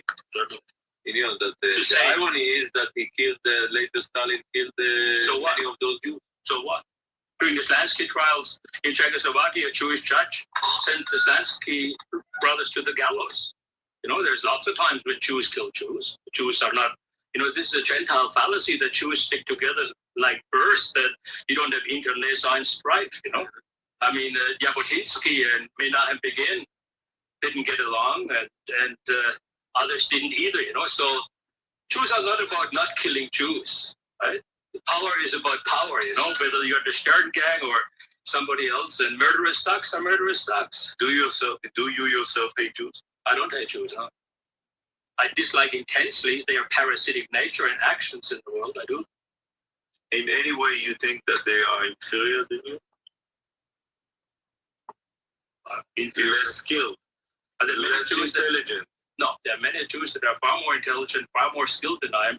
But when it comes as a group, when we're talking about group morality, they are certainly found lacking. They are hypocrites to a degree with chutzpah that staggers the Goyish imagination. Once you're wise to the parasitism reflected, for instance, in these books by Nahum Goldman of how they pulled the wool over the European eyes and got the Germans sucked into the reparation racket. Here's the president of the World Jewish Congress, man, spilling it all out. Here are the West German reparations to Israel. This is, I just want to visual, that's a book, that's a Nahum Goldman, the Jewish Paradox book. Jewish Paradox. This one here is one of the most amazing books by Tom Seger. The Israelis and the Holocaust by Tom Seger. Tom Seger.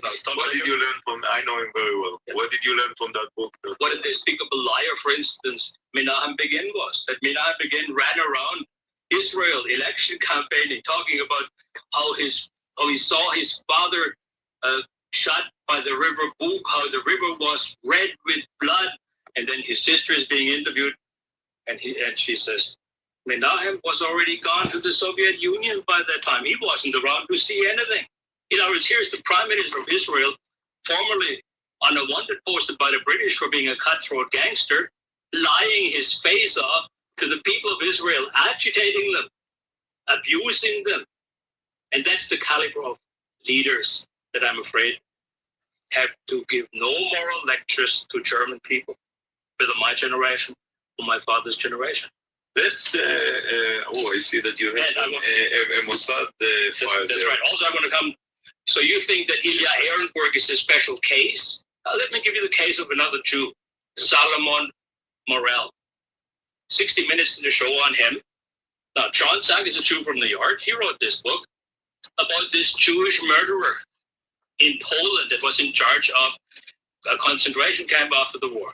Reporting in here how he would beat with table legs these Germans that were under his care to death because he says they killed my parents in Auschwitz. First of all, the jury is still out if they really did kill him. How the hell did we know? Did he know that? The fact is that here was a Jew who had power over Germans. Within the war wasn't even over when he began his work, and he committed these crimes that in Poland, in this little town where he did his evil deeds, there are over 540 death certificates that he issued himself for people that died in his camp and he was there. Now, the West Germans know that he lives in Tel Aviv. 60 Minutes found him in his apartment in Tel Aviv. Here is the documentation by another Jew. Is there any extradition going on? Do those hypocrites from the B'nai B'rith that you just saw about war crimes talk about that case? Of course not. You see, this is the problem. That's why I say that the hypocrisy is the hallmark of the modern Jew. He talks out of both corners of his mouth that he wants to persecute Nazi war criminals to the end of time, but will not extradite or go after Jewish war criminals. We had two members of the Knesset come to Toronto in 1967 or 68, bragging in a local synagogue that they were the ones that supplied the poison to poison thousands of SS men who were disarmed and prisoners of war. Their heroic deed was to poison these SS men. All right? They became members of the Knesset. Their names were known to the Jewish community. They were on the front page of the Toronto Star. If the Canadian RCMP investigate that kind of a war crime, these were men that they murdered. They appointed themselves judge, jury, and executioner. just to understand your point of view, that's why I wanted to come here. And let's talk about the history as you look at it. SS, for example, which you just mentioned. What or Germany as a whole, what is in your estimate? And then explain to me how did you get to it? How many Jews really died by German hand during the war? In your estimates, after you concluded what you concluded, what is the bottom line really? Okay. First of all, then let's reel back to the policy. You see, part of this Holocaust problem is that we always start by discussing what the Germans did to the Jews. Why Hitler came. The analysis doesn't even go to the point why Hitler came. Why did Hitler convince the majority of Germans to vote for him and to be loyal to his regime? And why this phenomenon that when Germany was lying in ruins and smoldering, burned from end to end by this Allied genocidal bombing campaign, did the German population not turn on its leaders and hang them themselves? There's not a single instant where a German leader of the National Socialist Party, regardless of how bad the war went for them, was ever executed, shot from behind, taken to court, strung up in a village square. Absolutely nothing. It took the Allies 2 years to rig up their kangaroo court in Nuremberg to do these judicial murders. Now, nobody has ever analyzed why the German nation that had more Nobel Prize winners and more famous researchers and scientists and was one of the best educated countries in Europe turn on the Jews. Why did these good Germans turn on the Jews, who had more Jews living amongst them than even percentage-wise live in the United States today? Why was that? I'm sure Jews never asked themselves this question. I'm sure I get the answer from you now. Yeah, I can give you the answer. Please. Because they displayed the same voracious ethnocentrism, power grabbing, influence peddling, buying of politicians, dominating of the public airwaves and the public media in Germany and so on, that they display in the United States. And I'm not much of a prophet, but that much I can say based on history, that in the United States, mark my word, you will have Weimar conditions and you'll have solutions to the Weimar conditions. It will be very similar to what happened in Germany. You mean the final solution will be you have repeated in the United States? Whatever the Holocaust war, you've got one in your future. Really? That's right. Why? Because how soon, by the way? How soon? It depends entirely on how long the people, the power structure in the Western world is going to stay on top. I mean, if you look at East Germany, how quickly it collapsed, or the former Soviet Union, how quickly it collapsed with all its secret services, spy agencies, NKVD, and Stasis, it imploded so quickly, I have no idea. But there is no doubt in my mind that if you look at history and the trends in history, the United States is heading in the same direction. And there's only one difference. In the United States, there are enough guns out on the street and enough lawlessness in the public and a revolutionary spirit that founded that republic.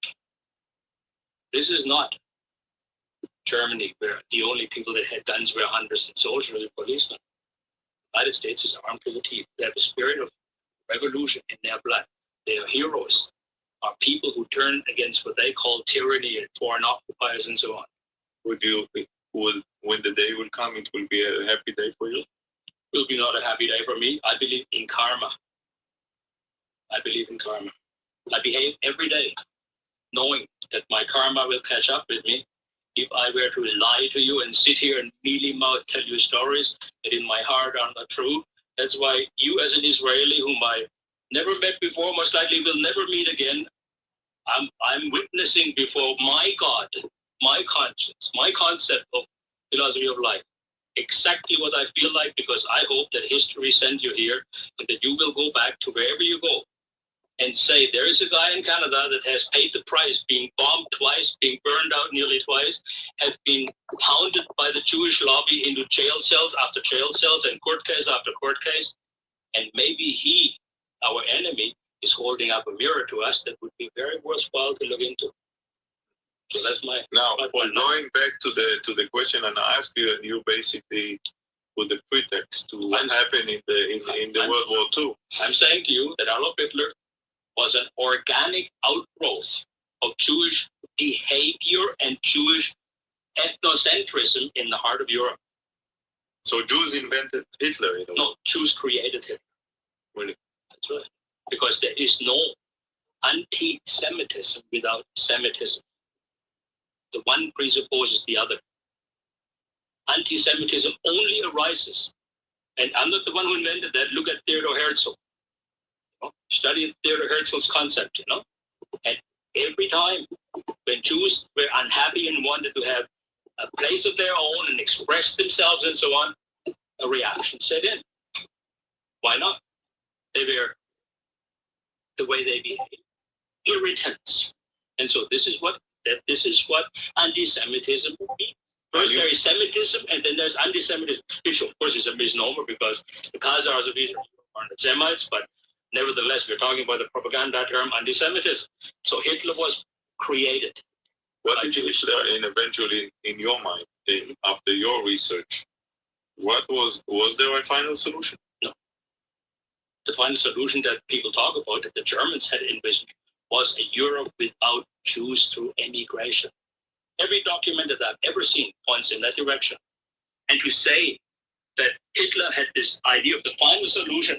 I remember Pierre Elliott Trudeau, Prime Minister of Canada, giving a speech here in Toronto in one of the sports stadium when he was running for election. And he had the final solution to unemployment. That was to give people work.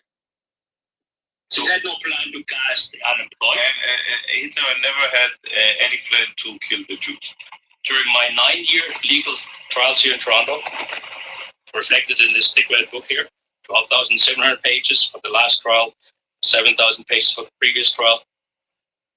Raoul Hilberg, Pope of the Holocaust Promotion Lobby, never once could produce a Führer order. Now, Hitler had orders for the euthanasia and everything else that he did. Why should he be afraid not to have an order to do the most important thing? If that's what the Jews say was the most important thing, that he could get rid of the Jews, he should have proudly made the proclamation, framed it, and have it in every German government office.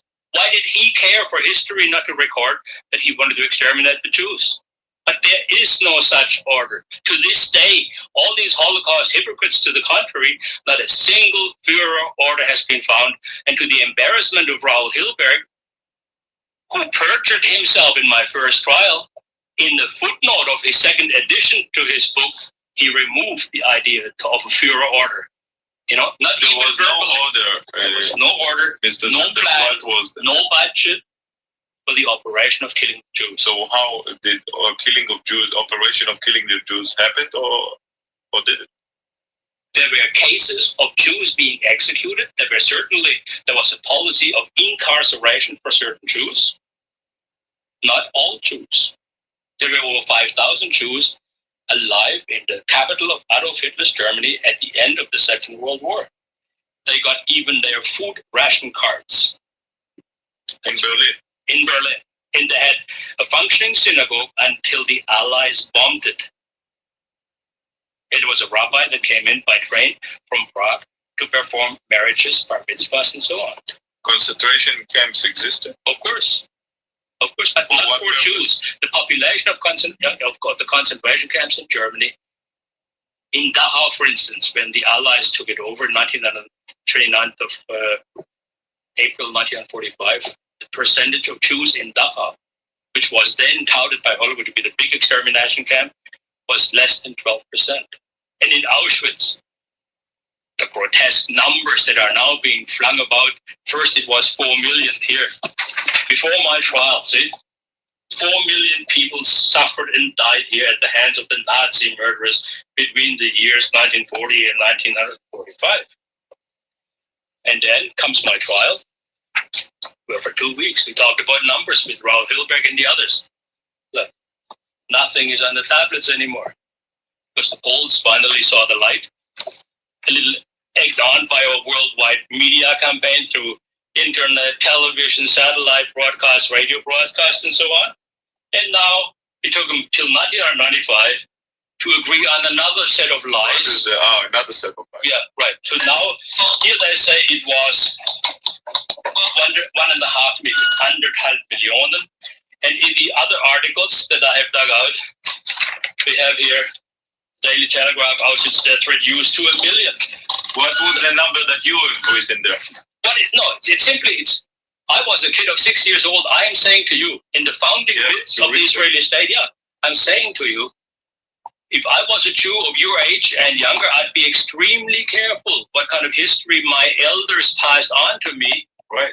In the form of lies. Mr. Zundel, I'm then asking you. You are the one that asked them. Okay. In my court cases, we asked David Irving, we asked Dr. Forzan, the French revisionist, and all of them came to the conclusion. Irving said that fewer Jews died during the entire war than we British killed in one bombing raid on one German city in one night, namely Dresden. Dr. Forzan, do you accept that? Absolutely. So you are saying now that thousands of Jews, maybe? I am saying that died as an influence of the war. See, we have to be careful about died the influence of war, like illnesses and bombing raids, the illnesses in Theresienstadt, for instance. You take each one. If you have the time, we can take each case per time. Take, for instance, Theresienstadt, the large ghetto, basically, the city created by the Führer for the Jews, where he taught them how to have their own state, because Jews didn't have their own state before, And so the nice things that the Nazis did for the Jews was that they trained in the Swabian Alps, where I come from, in special camps, Jewish people in farming, in cabinet making, and so on, professions that they by tradition didn't have, but which they needed for their state. So Hitler, in a way, helped the creation of the Jewish state? There's a book out called Adolf Hitler, Begründer Israels. Well, that's because I understand the theory was always, if there wasn't a Holocaust or it wasn't World War II, there wouldn't be a Jewish state, because all of those immigrants went to Israel, and there was another enormous pressure on the international committee to permit the establishment of the state of Israel. But you say something else. I'm saying the German policy only made the Israeli state possible. And there's a.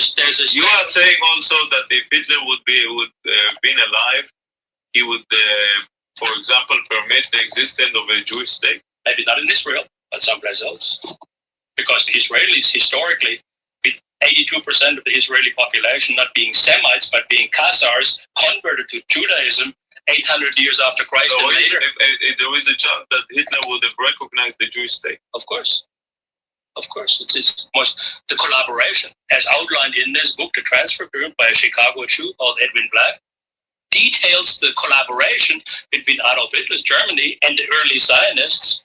The Zionist movement only got its tremendous influence and power in the Jewish community thanks to the role that they played in collaborating with Adolf Hitler. You didn't answer me at least the bottom line question about Auschwitz. You went to the Theresienstadt, but just let's conclude Auschwitz. You have so much research about it, and you have files on file.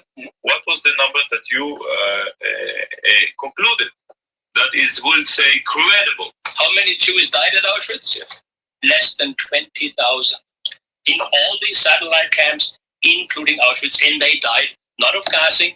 There was not a single gas chamber in all of National Socialist-dominated Europe, because the killing method of executing with criminal spies, traitors, saboteurs, whatever, in Europe, in every Gentile country in Europe, never ever historically was gas. The only nation that ever had this fetish of gas chambers, which is the most complicated, idiotic, and expensive way of killing people, was the United States. What about all those gas chambers that we found later after the war in Auschwitz, in Treblinka, and other places? Okay, Dr. Piper, the curator of the Auschwitz Museum, was interviewed by my young Jewish friend David Cole, who is a Jewish revisionist. Yes.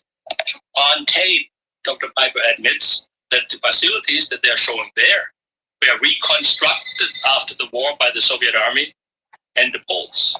Now, I sent an American technology expert, Fred Leuchter, executioner got the guy over. He took the samples. He brought back over 30 samples, had them analyzed in the United States, in the very installation that has been shown to 500,000 tourists a year as Auschwitz I gas chamber, where Rudolf Höss's gallows stand, because he was going to be strangled and was strangled within sight of his crime. Nothing took place in that so-called gas chamber amounting to killing. It was a bunker hospital, it was a crematory, but it was certainly not a gas chamber, because no traces, even to this day, exist. Do you believe there was no even a single Jew killed in gas chambers during the war? That's right. It was not a German way of What about all the ovens, the famous ovens? Well, you're making this mistake, and I forgive you for it, because I used to believe in the Holocaust. And I was as loose with my terms about ovens. Oh, really? Ovens are crematories. Now, I understand that to Jewish people, especially Orthodox Jews, the idea of cremation is as bad as eating pork. There is no crematories from against a reason. Yeah, but you don't believe that it was, or at least you know what we believe, that it was done because they wanted to get rid of evidence. Look, the aerial photographs by the Allies that I used for my trials, blown up 3 meters by 3 meters, the National Archives in Washington. If you have been to the Holocaust Museum in the United States, have you been there? Of course I've been. Yeah. I mean, to see Bernstein. You've been there as a tourist, then you about you? No, but it allowed me there. Parasites and taking public money. So as a member of the public, I have every right to go in there. So they knew that you were coming? Of course, I told them I was coming. That's why I went up to see Bernstein. You were allowed to see the exhibits. What did you think about that, the museum? It is an affront, as far as I'm concerned. And it's one of those things that I keep saying to you about ethnocentrism and flaunting of Jewish power. There is no monument in the United States Capitol for the soldiers who died in Korea or in World War II. But there is one for Jews who supposedly died in far off Europe. You don't see something wrong with it? Where is all this? We won't look at any concentration camp. But if 20,000 only died in Auschwitz, and how many died during the war, killed, executed? What do you think? The French Jew, Domergue, whom I have worked with very closely, he says, of all causes, bombing, old age, and so on, during that 6-year period, 780,000. Well, all of the others. Where is all the others? Don't you agree that there is a problem with the numbers here? No, not at all. Boatloads of Jews came to the United States that were, according to the harbor master of Baltimore, Maryland, allowed to enter in the dark of night into the American cities without ever being properly identified, checked, and processed. Right. I know people who worked for UNRWA. Just today I had lunch with an American who, in the town of Augsburg in 1950, his job was to process displaced persons. And he told me how many times Jews were sent to the United States that were clearly subversives and Marxists that came from the East. No, and this is the third United States government official that had this function that I have interviewed, and that actually one of whom gave testimony at my trial. So you see, if Israelis and young Jews, regardless whether they are from Israel or come from here, don't begin to probe into the shibboleths and these fanciful claims of their own Holocaust lobby, then they're going to be like computers. Garbage in, garbage out. If what you say is true, well, it's one of the most effective and successful propaganda machines ever built. That's why the American professor Butts said, the hoax of the 20th century. And I couldn't have said it better. And all I'm saying is, you don't even have to take my word. You're an Israeli. You can get the original Hebrew version. Take Tom Segev's book and read in here how Nahum Goldman, the World Jewish Congress, the various other Jewish leaders got Konrad Adenauer to admit the guilt of how the document that he read to the German parliament was written by Nahum Goldman, corrected with schoolmasterly read.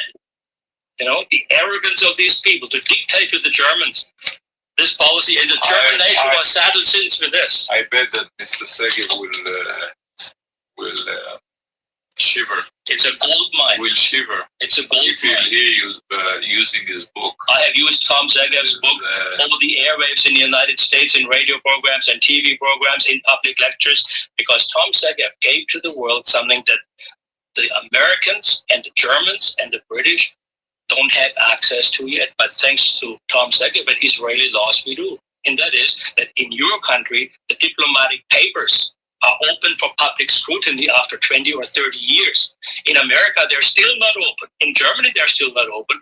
I understand why. Because the German government, they behave just like Judenräte in the ghetto, except the other way around. They saddled the Germans with this horrific guilt problem for which the Germans have nothing to be guilty of. I heard that you still celebrate Hitler's birthday. Every 20th of April. Come rain or shine. Yeah. If you can celebrate that. If Jews can celebrate Menahem began and Jabotinskis and Shamirs, if they can celebrate their birthdays, boy, I'll be damned if Adolf Hitler is not going to have his birthday celebrated by myself. Adolf Hitler was one of the most gifted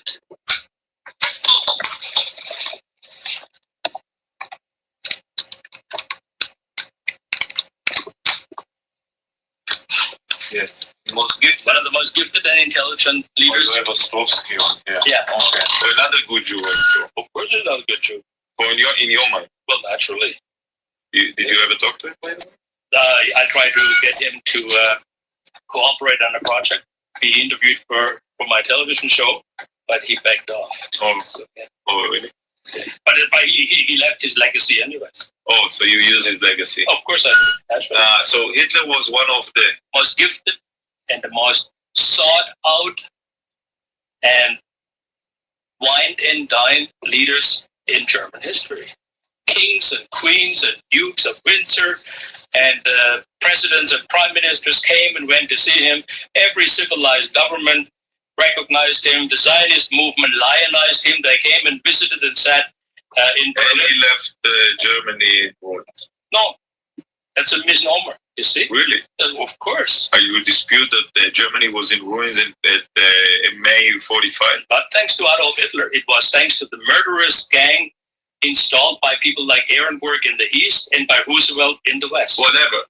We don't dispute the fact that Hitler left Germany in ruins. No, the Americans left Germany in ruins. The Right. Russians did. Yeah. Well, that was the war. But who is under what rule was Germany when it was left in ruins? Under Hess or under? No. So what? So what? I'm saying here that under when Hitler went into power in Germany in 1933, I believe, and when he left 12 years later, compare the two Germanies. Okay, I will compare them for you right now. And okay. I'll be glad to do it because you are young Israelis and I'll have the opportunity to do it for you. Sure. If Hitler had not come to Germany in 1933, Germany had 270,000 suicides the year before. Germany was in Berlin, the sin capital of the world, thanks to largely Jewish entrepreneurs who ran the smut films and the cabarets and so on. Germany was dope capital for Europe. Germany was the sick man of Europe. German industry was virtually dead. German social welfare payments, for instance, in the state of Thuringia, were so horrendously high that they were 90% of that state's budget. Without Adolf Hitler, Germany would have died with a whimper in 1934 or 35, and the world wouldn't have given a shit. Okay, so Adolf Hitler saved Germany, and I am a child of Adolf Hitler. I would have never been born if my dad, my father, hadn't gotten a job thanks to the genius of Adolf Hitler. And millions of other Germans would have not been born who today dump on Adolf Hitler.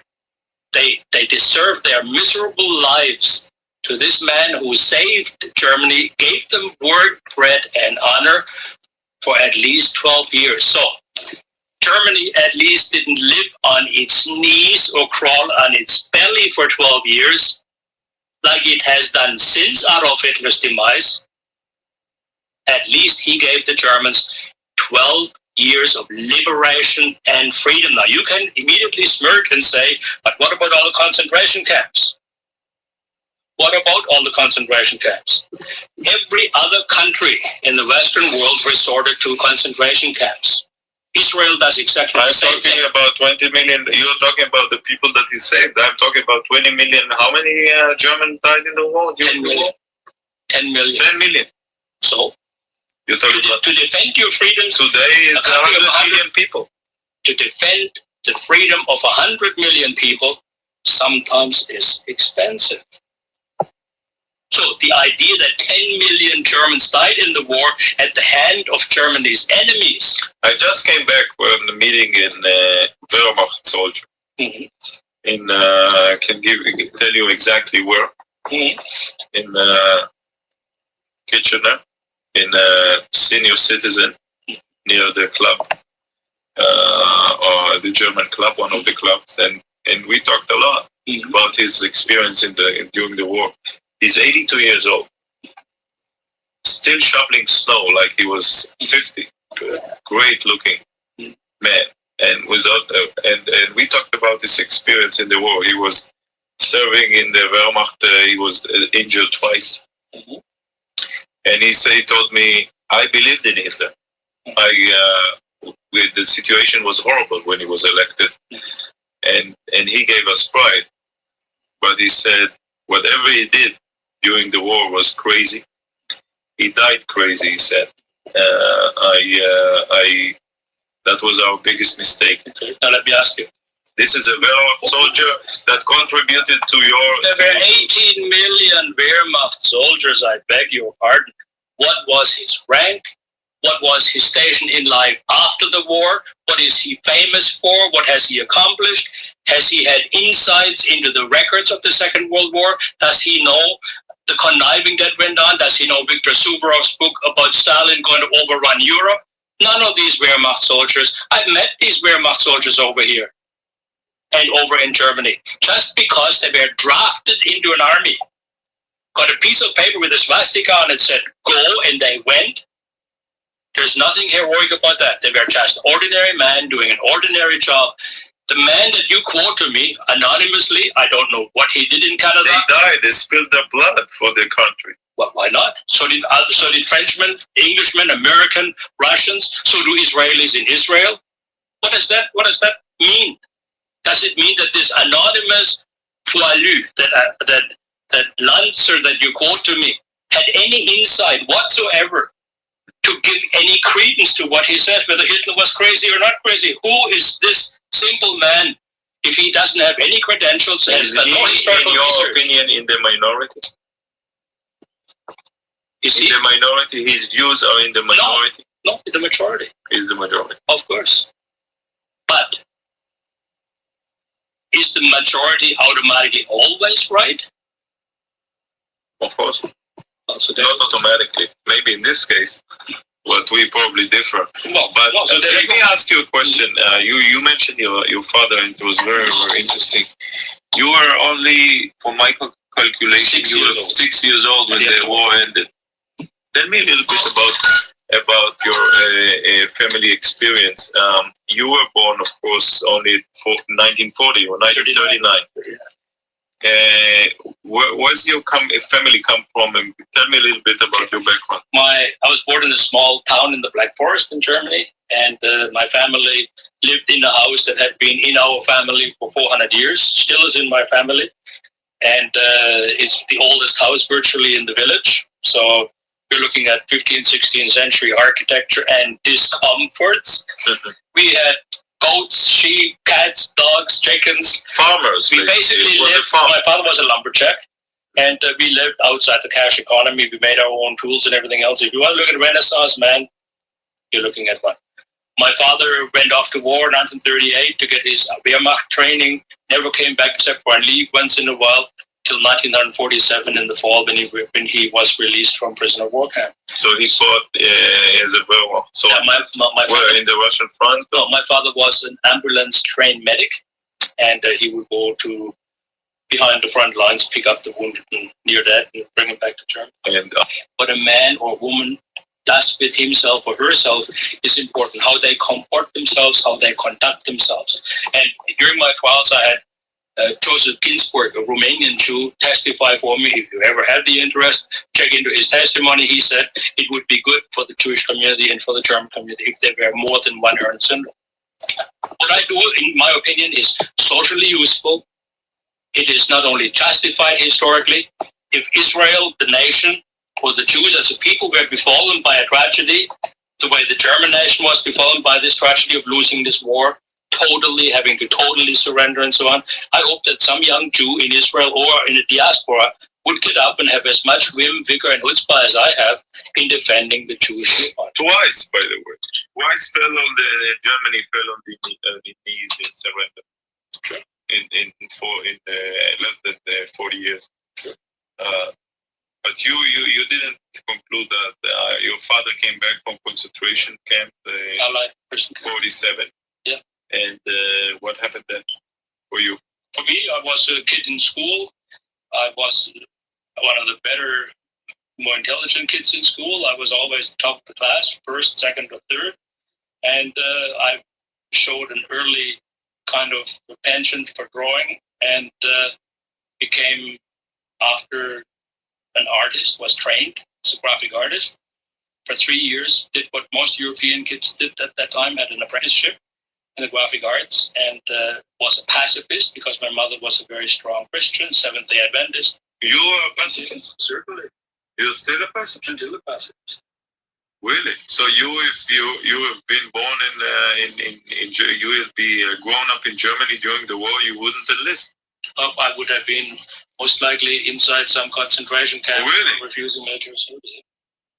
So I certainly refused to serve in the German military after the war when I had a choice. I'd rather went out into the world, look, canvass all kinds of countries. So you admire this as you admire what the German did as an army. Mm-hmm. You probably admire some of the battles that they fought. Absolutely.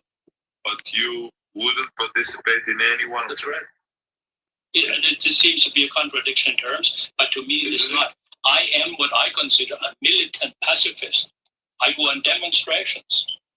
I face down the organized power of the Jewish lobby in Canada. Yes, right. You are a patriot a German patriot in a way, a German history.